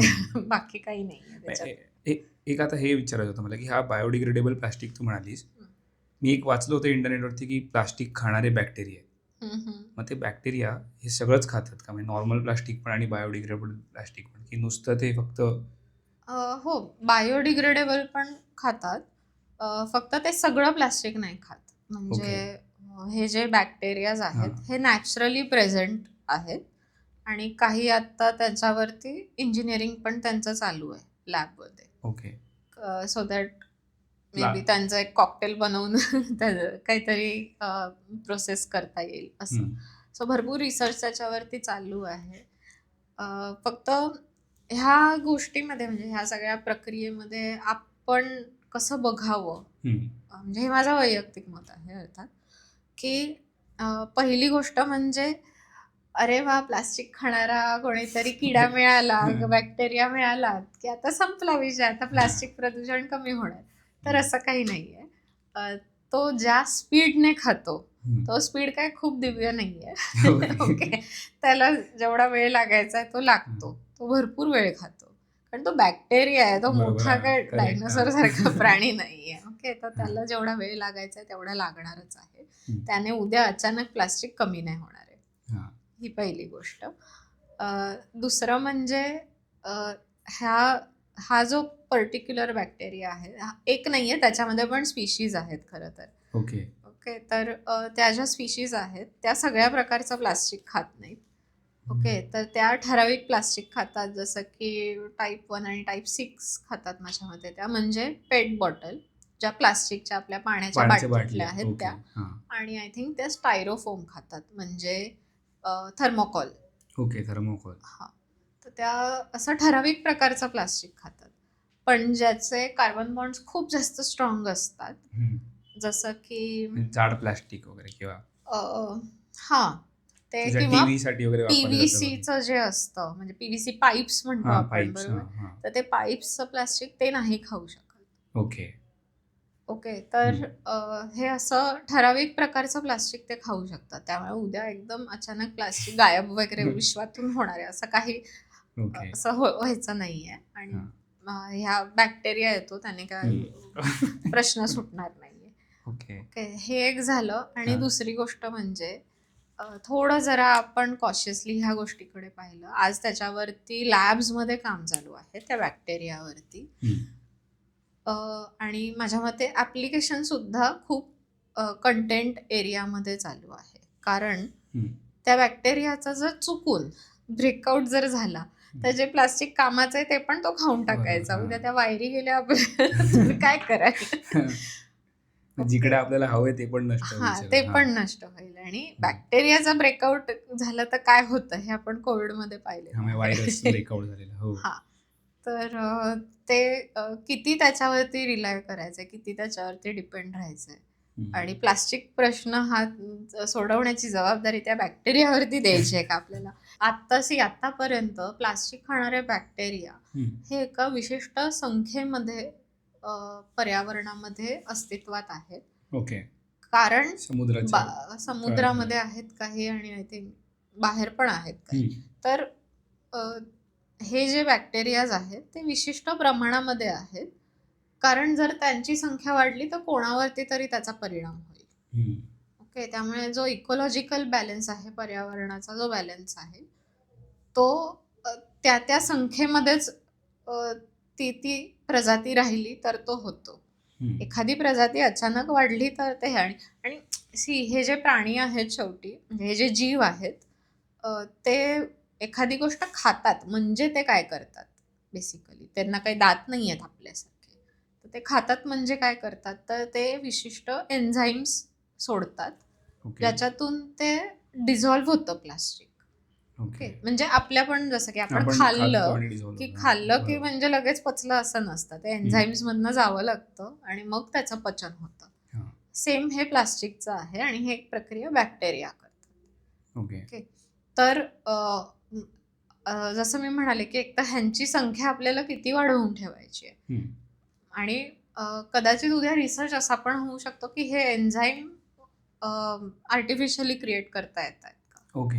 ज्यामुळे प्लास्टिक डिझॉल्व्ह होतं. म्हणजे आपल्याला बॅक्टेरिया नको, आपल्याला एन्झाईम मिळालं तर आपण करू शकतो. बरोबर. पण आता पुन्हा हा प्रश्न आपण जरा विचार केला पाहिजे की हे सगळे रिसर्च, ह्या सगळ्या फॅसिलिटीज, ह्या सगळ्या उभ्या कुठून राहतात, कोणाच्या तरी टॅक्समधनं, कोणाच्या तरी पैशांना. ओके, मग तुम्हाला तुमचा कमवलेला सगळा जो टॅक्स आहे तो तुम्हाला ह्या बॅक्टेरियाच्या मागे घालवायचा आहे, की रॅदर तुम्हाला रियुजेबल गोष्टी अशा बनवायच्या आहेत ज्याच्यामुळे हा कचराच निर्माण नाही होणार. करेक्ट. हा, म्हणजे तुमचा पैसा जो आहे टॅक्स पेअरचा तो सत्कारणी लागेल कुठेतरी. येस. सो म्हणजे ठीक आहे, चांगली गोष्ट आहे, बॅक्टेरिया आहेत, गुड फॉर देम. पण त्याच्यावरती म्हणजे जगाचा प्लास्टिक चा प्रश्न सोडवण्याची जबाबदारी मी बॅक्टेरियावरती नाही सोडू शकत. बरोबर. एक मागे ना मी एक तुझं पोस्ट वाचलेली वाटतं, बर्तन बँक म्हणून तू सांगितलेस, कधी त्याच कार्यक्रमात तू सांगितलेलं सोलापूरच्या. बऱ्याच ठिकाणी. पण मग हे बर्तन बँक ते काय, म्हणजे ताटं देऊन ते परत आपण जी ताटं परत देतो त्यांना ती धुतात की आपल्याला धुवायला लागतात? हा ऑफकोर्स धुवून द्यायची. अरे मग स्वच्छता अरे is- माणसांना मुख्य कारण काय असतं ते ताटं वापरण्याचं, त्या काय डिस्पोजेबल ताटं जी असतात ते वापरण्याचे असते की अरे मला धुवायला लागत नाहीत घरी, की 50-60 लोक जर येतात माझ्या घरी, 20-25 लोक, तर मला धुवायला लागत नाही. हम्म. म्हणून ते असतं की ते डिस्पोजेबल मग वापरूया. ठीक आहे, तुम्ही नका हा. धुवू. सी इट्स लाईक दोन गोष्टी आहेत. एक तर हम्म. ह्याच्यात सुद्धा पहिली गोष्ट म्हणजे तुमच्याकडे पाणीच नाही आहे हम्म. आणि आता काहीतरी घरी कार्यक्रम आहे आणि भरपूर जण येणार आहेत म्हटल्यावरती तुम्ही डिस्पोजेबल प्लेट्स आणतात. हम्म. डिस्पोजेबल प्लेट्स आणणार असाल तर त्याच्यात सुद्धा आता थोडासा कमी हानिकारक लेसर इव्हिल ऑप्शन आज आपल्याकडे आहे. एक तर म्हणजे जुन्या पत्रावळ्या आता हल्ली सगळीकडे मिळत नाहीत, पण जर मिळत असतील आपल्या आसपास शहरामध्ये गावामध्ये कुठेही तर आणि कार्यक्रम ना अचानक ठरत नसतो कोणताच. ओके, तर तुम्ही कोणाला तरी तुम्हाला जर माहिती आहे की आपल्या आसपास कोणीतरी छान पत्रावळ्या बनवणारी व्यक्ती जर आहे एखादी, तर थोडी आधी ऑर्डर देऊन तुम्ही पत्रावळ्या तशा बनवून घेऊ शकता. ओके, तर ती एक गोष्ट पहिली म्हणजे नॅचरल ज्या पत्रावळ्या आहेत त्या मिळू शकतात. त्यात पण हल्ली आता नवीन फॅन्सी थोड्याशा प्लेट्स आलेल्या आहेत, त्या म्हणजे सुपारीपासून आता प्लेट्स बनतात किंवा उसाच्या चिपाडापासून आता प्लेट्स बनतात. तर हे पुन्हा बायोडिग्रेडेबल मटेरियलपासून येणाऱ्या प्लेट्स आहेत. हे लगेच होत नाही, जसं मी म्हणाला नारळाची करवंटी पण शेवटी 8 वर्षच घेते, पण इट्स अ लेसर इव्हिल. हे प्लास्टिक जसं 200 वर्ष घेणार असतं, 100 वर्ष घेणार असतं, तसं ते घेत नाही आणि मायक्रोप्लास्टिक पण बाहेर पडत नाही. सो हे ऑप्शन्स आता आहेत बाजारामध्ये, त्यामुळे त्याचा पण वापर आपण करू शकतो. पण अर्थात हे नवीन आहे, प्लास्टिक हे खूप स्वस्त आहे म्हणून आपण एवढा प्लास्टिकचा वापर वाढवलाय बरोबर. खरं तर. सो जर तुम्हाला परवडत असेल आणि तुम्हाला वाटतंय की पर्यावरणामध्ये एवढं मायक्रोप्लास्टिक बाहेर पडू नये, तर ॲटलिस्ट ते ऑप्शन्स आपण वापरू शकतो. आणि माझ्या मते सिंगल यूज प्लास्टिक बॅन जेव्हा आला आपल्याकडे, त्याच्यामध्ये हे सिंगल यूज कटलरी त्याच्यामधनं बरीचशी बाहेर पडली. आज पण तुम्ही बघाल तर चमचे बऱ्यापैकी हे लाकडाचे मिळायला लागले किंवा ते बांबू सारख्या काहीतरी वेगळ्या मटेरियलचे असतात. राईट, वेगळ्या मटेरियलचे मिळायला लागले. सो आता तो बदल हळूहळू सरकारच्या पातळीवरून पण यायला लागलेला आहे. तर ही एक गोष्ट आहे डिस्पोजेबलची. आणि दुसरी गोष्ट म्हणजे बर्तन बँकचा ना आयडियाच अशी आहे की जिकडे एकच अशी जागा जिकडे ते बर्तन असतील आपल्याकडे, जी टिपिकली आपल्याला जेवणासाठी ताटवाट्या किंवा ती एकच ताट घ्यायचं ज्याला कप्पे कप्पे असतात, असं पण लोक करतात, म्हणजे ते वेगळं ताटवाट्या करत बसायला नाही लागत. तर हे बर्तनची जी बँक आहे ती बँक ठेवायची कुठे? ओके, तर लोक काय करतात आता गाव पातळीवरती, जसा गावामध्ये कसं एक पंचायत समितीमध्ये किंवा विशिष्ट ठिकाणी खुर्च्या भरपूर असतात. सो कोणाच्याही घरात कार्यक्रम असेल तर ऍटलिस्ट एक ठराविक ठिकाणाहून खुर्च्या आणून तुम्ही ते वापरता. तुम्ही तेवढ्यासाठी डिस्पोजेबल खुर्च्या नाही आणत. सो ही सेम आयडिया आहे की विशिष्ट ठिकाणी गावामध्ये एका ठिकाणी एक 50 प्लेट किंवा 100 प्लेटची एक बँक ठेवून द्यायची आणि मग गावात कार्यक्रम असेल, कोणाच्या घरचा कार्यक्रम असेल, तर तिकडे आपण ती वापरू शकतो. ओके, सो असं ती म्हणजे इन्व्हेस्टमेंट म्हणून ती एकदा केलेली इन्व्हेस्टमेंट आहे आणि मग तुम्ही ती परत परत वापरायची, जेणेकरून तुमचा खर्च हे होत नाही. दुसरी गोष्ट, जे पैसे आपण ते डिस्पोजेबल कप आणि डिस्पोजेबल प्लेट आणण्यामध्ये घालवणार असतो, त्याच्याऐवजी तेच पैसे आपण एखाद्या गरजू व्यक्तीला दिले आणि सांगितलं की आमच्या भांडी धुवून द्या. भांडी धुवून, खरे तसं करते ऑप्शन. तर तिकडे खूप सहज तो ऑप्शन मिळू शकतो. प्रत्येक गोष्ट आपणच करायला पाहिजे असं नाहीये. तुम्ही जे प्लास्टिक आउटसोर्स करताय ना, ते प्लास्टिक आउटसोर्स करण्याऐवजी त्याच्या प्लास्टिक एलिमिनेट करून त्याच्या मागे जे एफर्ट्स लागणार आहे ते एफर्ट्स आपण आउटसोर्स करू शकतो. बरोबर. आता आपण औषधांकडे वळूया. मी FB वरती ना तुझी एक पोस्ट बघितली होती की कोणतरी संस्था आहे जी औषधं घेते एक्सपायर झालेली. आपण ओळखायचं कसं की संस्था चांगली आहे आणि कोणतरी काहीतरी काळे धंदे करायचं नाही तर औषधं घेऊन. जसं पिंकमॅन वगैरे बघितलं, ब्रेकिंग बॅड मध्ये ड्रग्सचा धंदा सुरू करतात. मग आपण तुझ्या आहेत का माहिती तशा चांगल्या संस्था वगैरे? त्याची लिस्ट आपण देऊया. पण चालेल. पण मुळात या संस्थांवरती म्हणजे काय माहितीये का, देशाच्या हम्म. पर्यावरणाचा प्रश्न संस्था नाही सोडवू शकत. करेक्ट. हां. ओके, तो सरकारकडनं टॉप टू बॉटम आला पाहिजे. हम्म. बरोबर. आणि टू सम एक्सटेंट ते होतं पण आहे. म्हणजे जसं की आता मुंबई ठाण्याचं मी सांगू शकते की जसं की ठाण्याची फॅसिलिटी आहे तळोजामध्ये. तिथे मेडिकल वेस्टचं प्रॉपर सगळं प्रोसेसिंग होतं. ओके. तर मात्र काय असतं की जे प्रोसेस करणार आहेत तेच सगळीकडचं कलेक्शन नाही करू शकत. Okay, okay. तर जसं हां. मी मगाशी सांगितलं की हॉस्पिटल्सची वेगळी गाडी फिरत असते. हम्म. त्याच्यामध्ये हे सगळं हजार्डस वेस्ट जातं. त्याच्यामध्ये हे एक्सपायर्ड मेडिसिन्स सुद्धा जातात. ओके. ओके, तर आणि पण आता हे झालं हॉस्पिटल्सचं. हां, आपल्या आपण घरांमध्ये. हां. घरच्या औषधांचं काय करायचं? तर 2-3 गोष्टी आहेत. एक म्हणजे डायरेक्ट आपण आपल्या केमिस्टला विचारू शकतो की तुम्ही जुनी औषधं घेता का? हम्म. कारण बऱ्याचशा केमिस्टकडनं ती परत एक्सपायर्ड मेडिसिन्स रिसायकल होत नाहीत, त्यांचं मेडिकल फॅसिलिटीजमध्ये जातात. ओके. शिवाय बरेचसे डॉक्टर्स जे असतात, इंडिव्हिज्युअल क्लिनिक्स सुद्धा काही असतात. त्यांच्याकडे ते वेस्ट मॅनेजमेंटचं सर्टिफिकेट पण असतं. तर ते त्यांचा वेस्ट म्हणजे त्या क्लिनिकमधला वेस्ट सुद्धा ते त्या मेडिकल जातो. Waste okay. फॅसिलिटीमध्ये ते देत असतात. सो तुम्ही आपण आपल्या डॉक्टरांना विचारू शकतो, आपण आपल्या केमिस्टला विचारू शकतो. एकाच एरियामध्ये सगळेच्या सगळे केमिस्ट कदाचित हे करणार नाही. आपल्याला हम्म. थोडं ऍक्टिव्हली शोधावं लागेल की आपल्याकडे कोणता केमिस्ट हे करतो. ओके. पण एकदा तो सापडला की मग आपल्या पूर्णच एरियाचा मेडिकल वेस्ट त्याला घेऊन जाण्याची विनंती करू शकतो, किंवा आपल्या एरियामध्ये आपण तो अवेअरनेस करू शकतो की तुमच्याकडे जर एक्सपायर्ड मेडिसिन्स असतील तर ती ह्यांना द्या. ओके. फक्त ही एक्सपायर्ड मेडिसिन डायरेक्ट कुठेच शक्यतो टाकू नये, नाहीतर ते औषधांचं जे कॉकटेल सगळं तयार होईल त्याच्यातनं काय निघेल माहिती नाही. तर ती पाण्यामध्ये टाकणं, फ्लश करणं किंवा हे सगळं तर डेफिनेटली टाळलं पाहिजे. तर हे असे लोकल काही सोर्सेस आहेत की जिथे आपण हे मेडिसिन्स देऊ शकतो. आणि काही संस्था स्पेसिफिकली ह्याच्यामध्ये काम करतायत. कारण ना किंवा प्लास्टिक, पेपर हे सगळ्यांना नाही म्हटलं तरी त्याच्यातनं थोडंसं काहीतरी रिसायकलिंग होतं. मेडिकल वेस्ट ही अशी गोष्ट आहे की ज्याच्यातून तुम्हाला काहीच पैसा मिळणार नाही, कारण तुम्ही शेवटी जाळून टाकताय ते. ओके, तर तो म्हटलं जसं की रिसायकलिंग आणि हे सुद्धा मेडिकल वेस्टचं तर अजिबातच म्हणजे काहीच प्रॉफिटेबल बिझनेस नसल्यामुळे हे अनुदानावरतीच चालणाऱ्या गोष्टी आहेत. पण त्याच्यासाठी ही एक अशी सायकल नाही म्हणणार मी, पण त्याच्यासाठी हे जे कोलॅबरेशन्स केलेले जे असतात, केमिस्ट आहे किंवा डायरेक्ट डॉक्टर आहे, त्यांच्याकडे आपण अप्रोच होऊन त्यांना विचारू शकतो. आता तू 2 ऑप्शन सांगितले. एक तर ते केमिस्टला विचारा किंवा डॉक्टरना विचारा. औषधं कुंड्यांमध्ये वगैरे टाकलेली चालतात का, की म्हणजे काहीतरी बूस्ट जिंकतील ते बेनेड्रिलने झाडं आपली. नाही, please don't do that.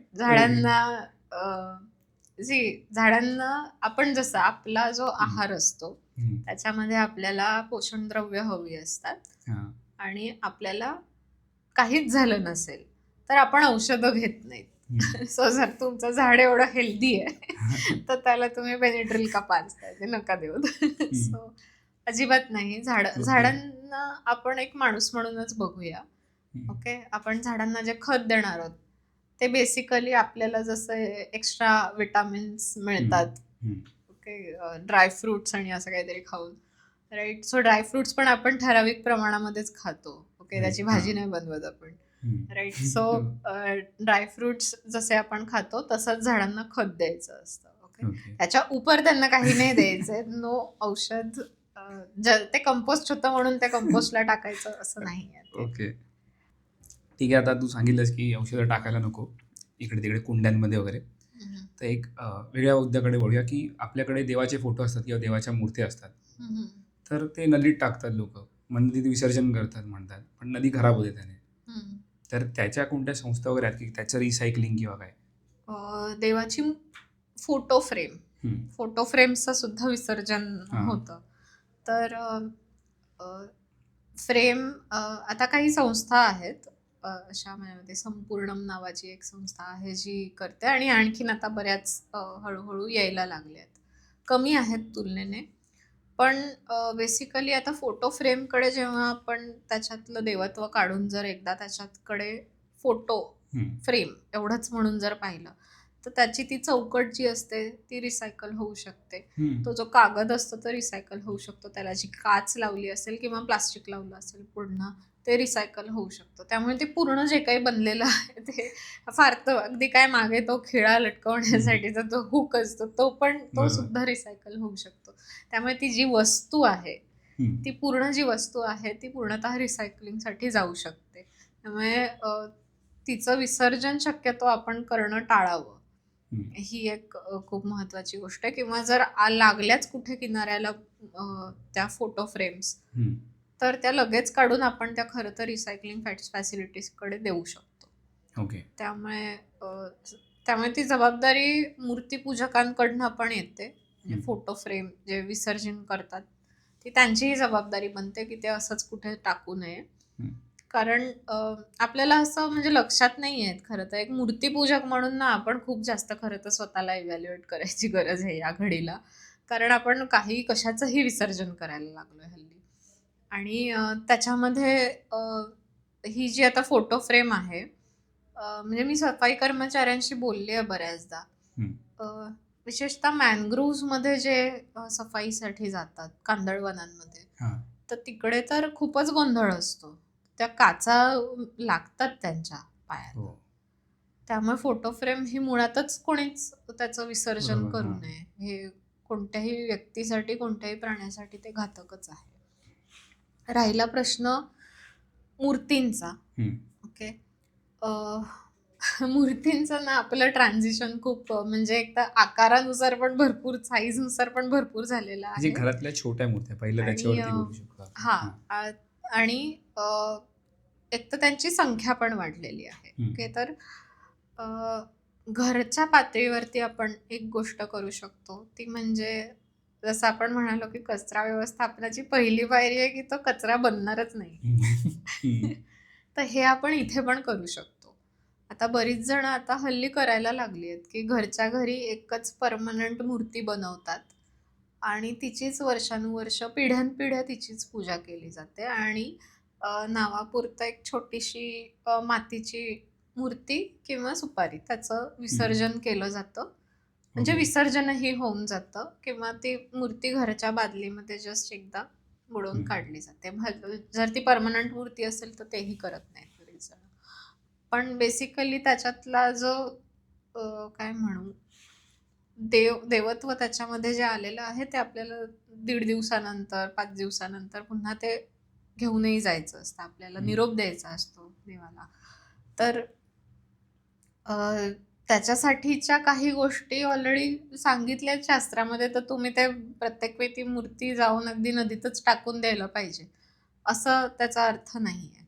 Okay. तर आपण एक मूर्तिक पूजक म्हणून एकदा पुन्हा काही या गोष्टींकडे एकदा रिव्ह्यू करायला पाहिजे की खरंच हे आवश्यक आहे का, आणि खरंच ह्याने किती त्रास होतोय. दुसरी गोष्ट म्हणजे हल्ली शाडू मातीचं खूप जास्त पेव फुटलंय सगळे. गव्हर्नमेंट बोलते की पीओपी बॅन करून शाडू मातीने शाडूच्या मूर्त्या. आता मला जेन्युइनली सांगा, शाडू माती मिळते कुठे? नदीच्या पात्रात मिळते का? कोणत्या नद्यांच्या पात्रांमध्ये? मला आयडिया नाही. ओके. तर सगळ्या नदीच्या पात्रांमध्ये शाडू माती नसते.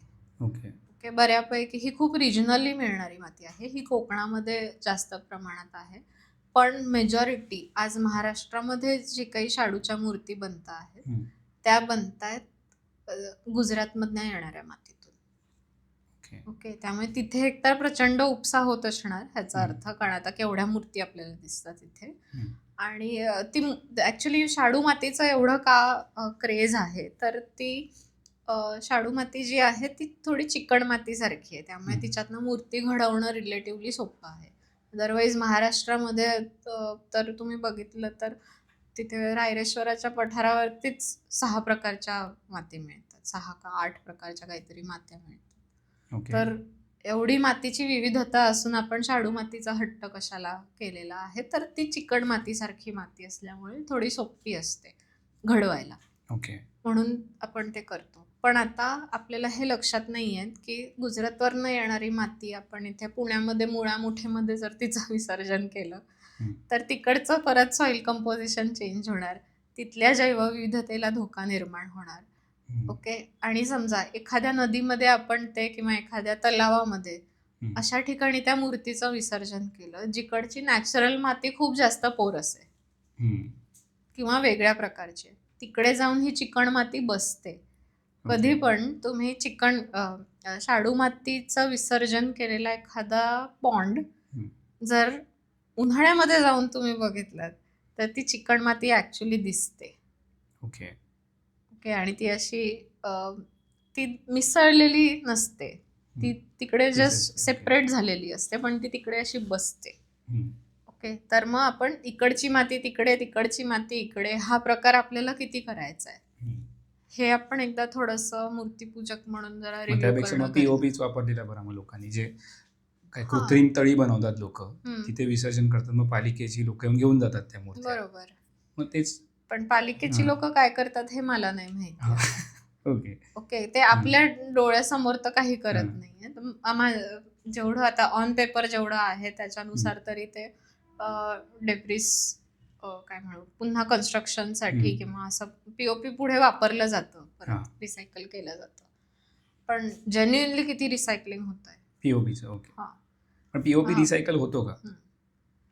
पीओपी होतो. ओके. होतो. पण मी तेच म्हणते की तुम्हाला त्या पीओपीने घडवलेल्या मूर्तीचा कचरा का बनवायचा आहे? पीओपीने मूर्ती जर एवढी सुंदर घडवलेलीच आहे तर ती वापरा ना 8 वर्ष 10 वर्ष. कारण टिकते ती. बरोबर. तर कोणतीही गोष्ट जर आपल्याला माहीत, आणि पीओपी आपण का वापरतो कारण त्याच्यावरती रंग छान व्यवस्थित बसतात, जे शाडूच्या मातीवरती थोडंसं अवघड आहे. काही दिवसांनी त्याचे रंग बदलतात किंवा ती बुडवली जरी तिला काही वॉटरप्रूफ नाही राहत ती मूर्ती बेसिकली जी पीओपीला राहते. ओके. पण रंगांचा विचार तर बऱ्याचदा डोक्यातच येत नाही. मूर्ती शाडू मातीची करा, पण त्याच्यावरती ॲक्रेलिक मारून जर तुम्ही ते टाकत असाल तर काय उपयोग आहे त्याचा?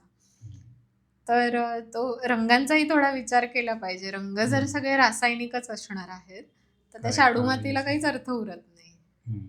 आणि आपल्या घरात हे झालं पूजेच्या मूर्त्यांचं. घरात शोपीस म्हणून कितीतरी मूर्त्या असतात. मग त्यांचं काय, त्याची कोण संस्था वगैरे आहेत की ते घेऊन त्या मूर्त्या रिसायकल करतात वगैरे? ते जसं मटेरियल आहे तसं त्या मटेरियलचं रिसायकलिंग होणार. ओके.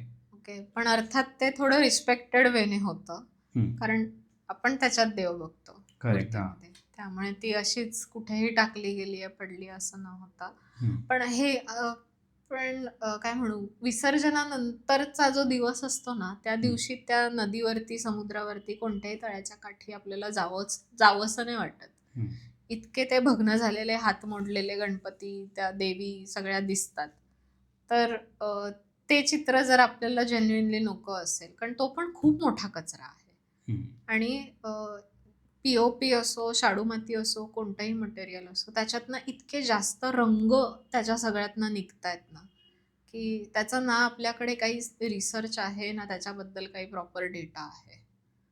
तर आपण किती ते रसायनांचं कॉकटेल आपल्या सगळ्या नद्या समुद्रांमध्ये उतरलेलं आहे त्याचा काही सुमारच नाही आहे. इनफॅक्ट बऱ्याचशा नद्या आपल्याकडे मृत म्हणूनच घोषित केलेल्या आहेत की 0 बायोडायव्हर्सिटी. तिकडनं काळे बुडबुड येत आहेत फक्त मिथेनचे.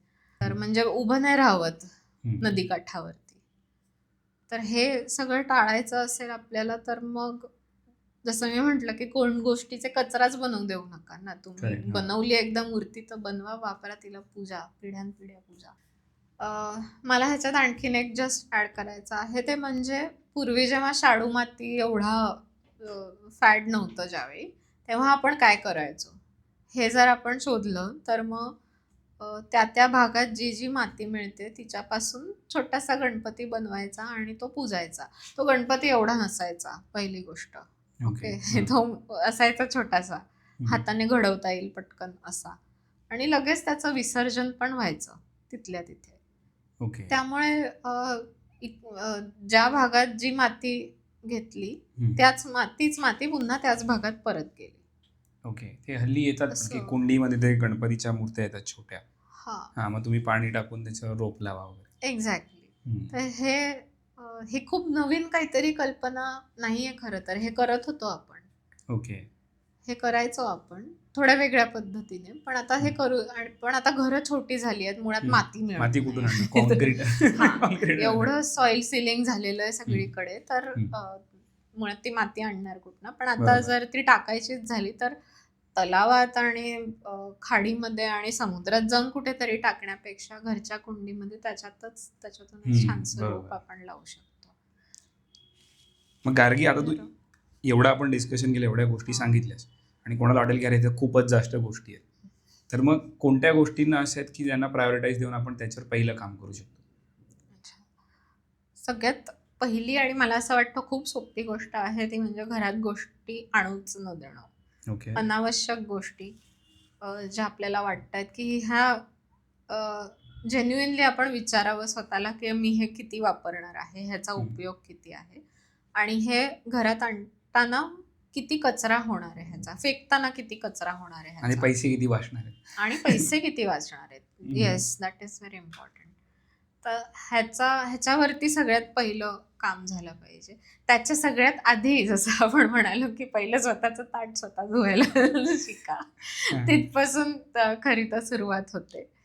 ओके. सो घरची जनरल घरची स्वच्छता ही माझी जबाबदारी आहे. हे तुमचं जेंडर काहीही असो, तुमची जात काहीही असो, तुमचा धर्म काहीही असो, काहीही फरक पडत नाही. स्वच्छता हे सगळ्यांचं काम असतं. हे आपण पहिले स्वतःमध्ये रुजवून घेऊ. त्याच्यानंतर मुळातच घरात कचरा कमी कसा येईल ह्याची आपण थोडीशी काळजी घेऊ, जेणेकरून पुढच्या प्रक्रिया आपल्याला सोप्या वाटू शकतात. गार्गी, तू आज आमच्या बर्णी या चॅनलवरती आलीस, त्याबद्दल तुझे खूप खूप आभार. तू ज्या काही गोष्टी सांगितल्यास त्यामधल्या काही गोष्टी आम्ही पाळायचा प्रयत्न करू, बघू केवढ्या जमतायत. तर धन्यवाद. तुमच्या बायकांना मी विचारणार आहे घरी स्वच्छता ठेवतात की नाही. बरं. बरं म्हणतो.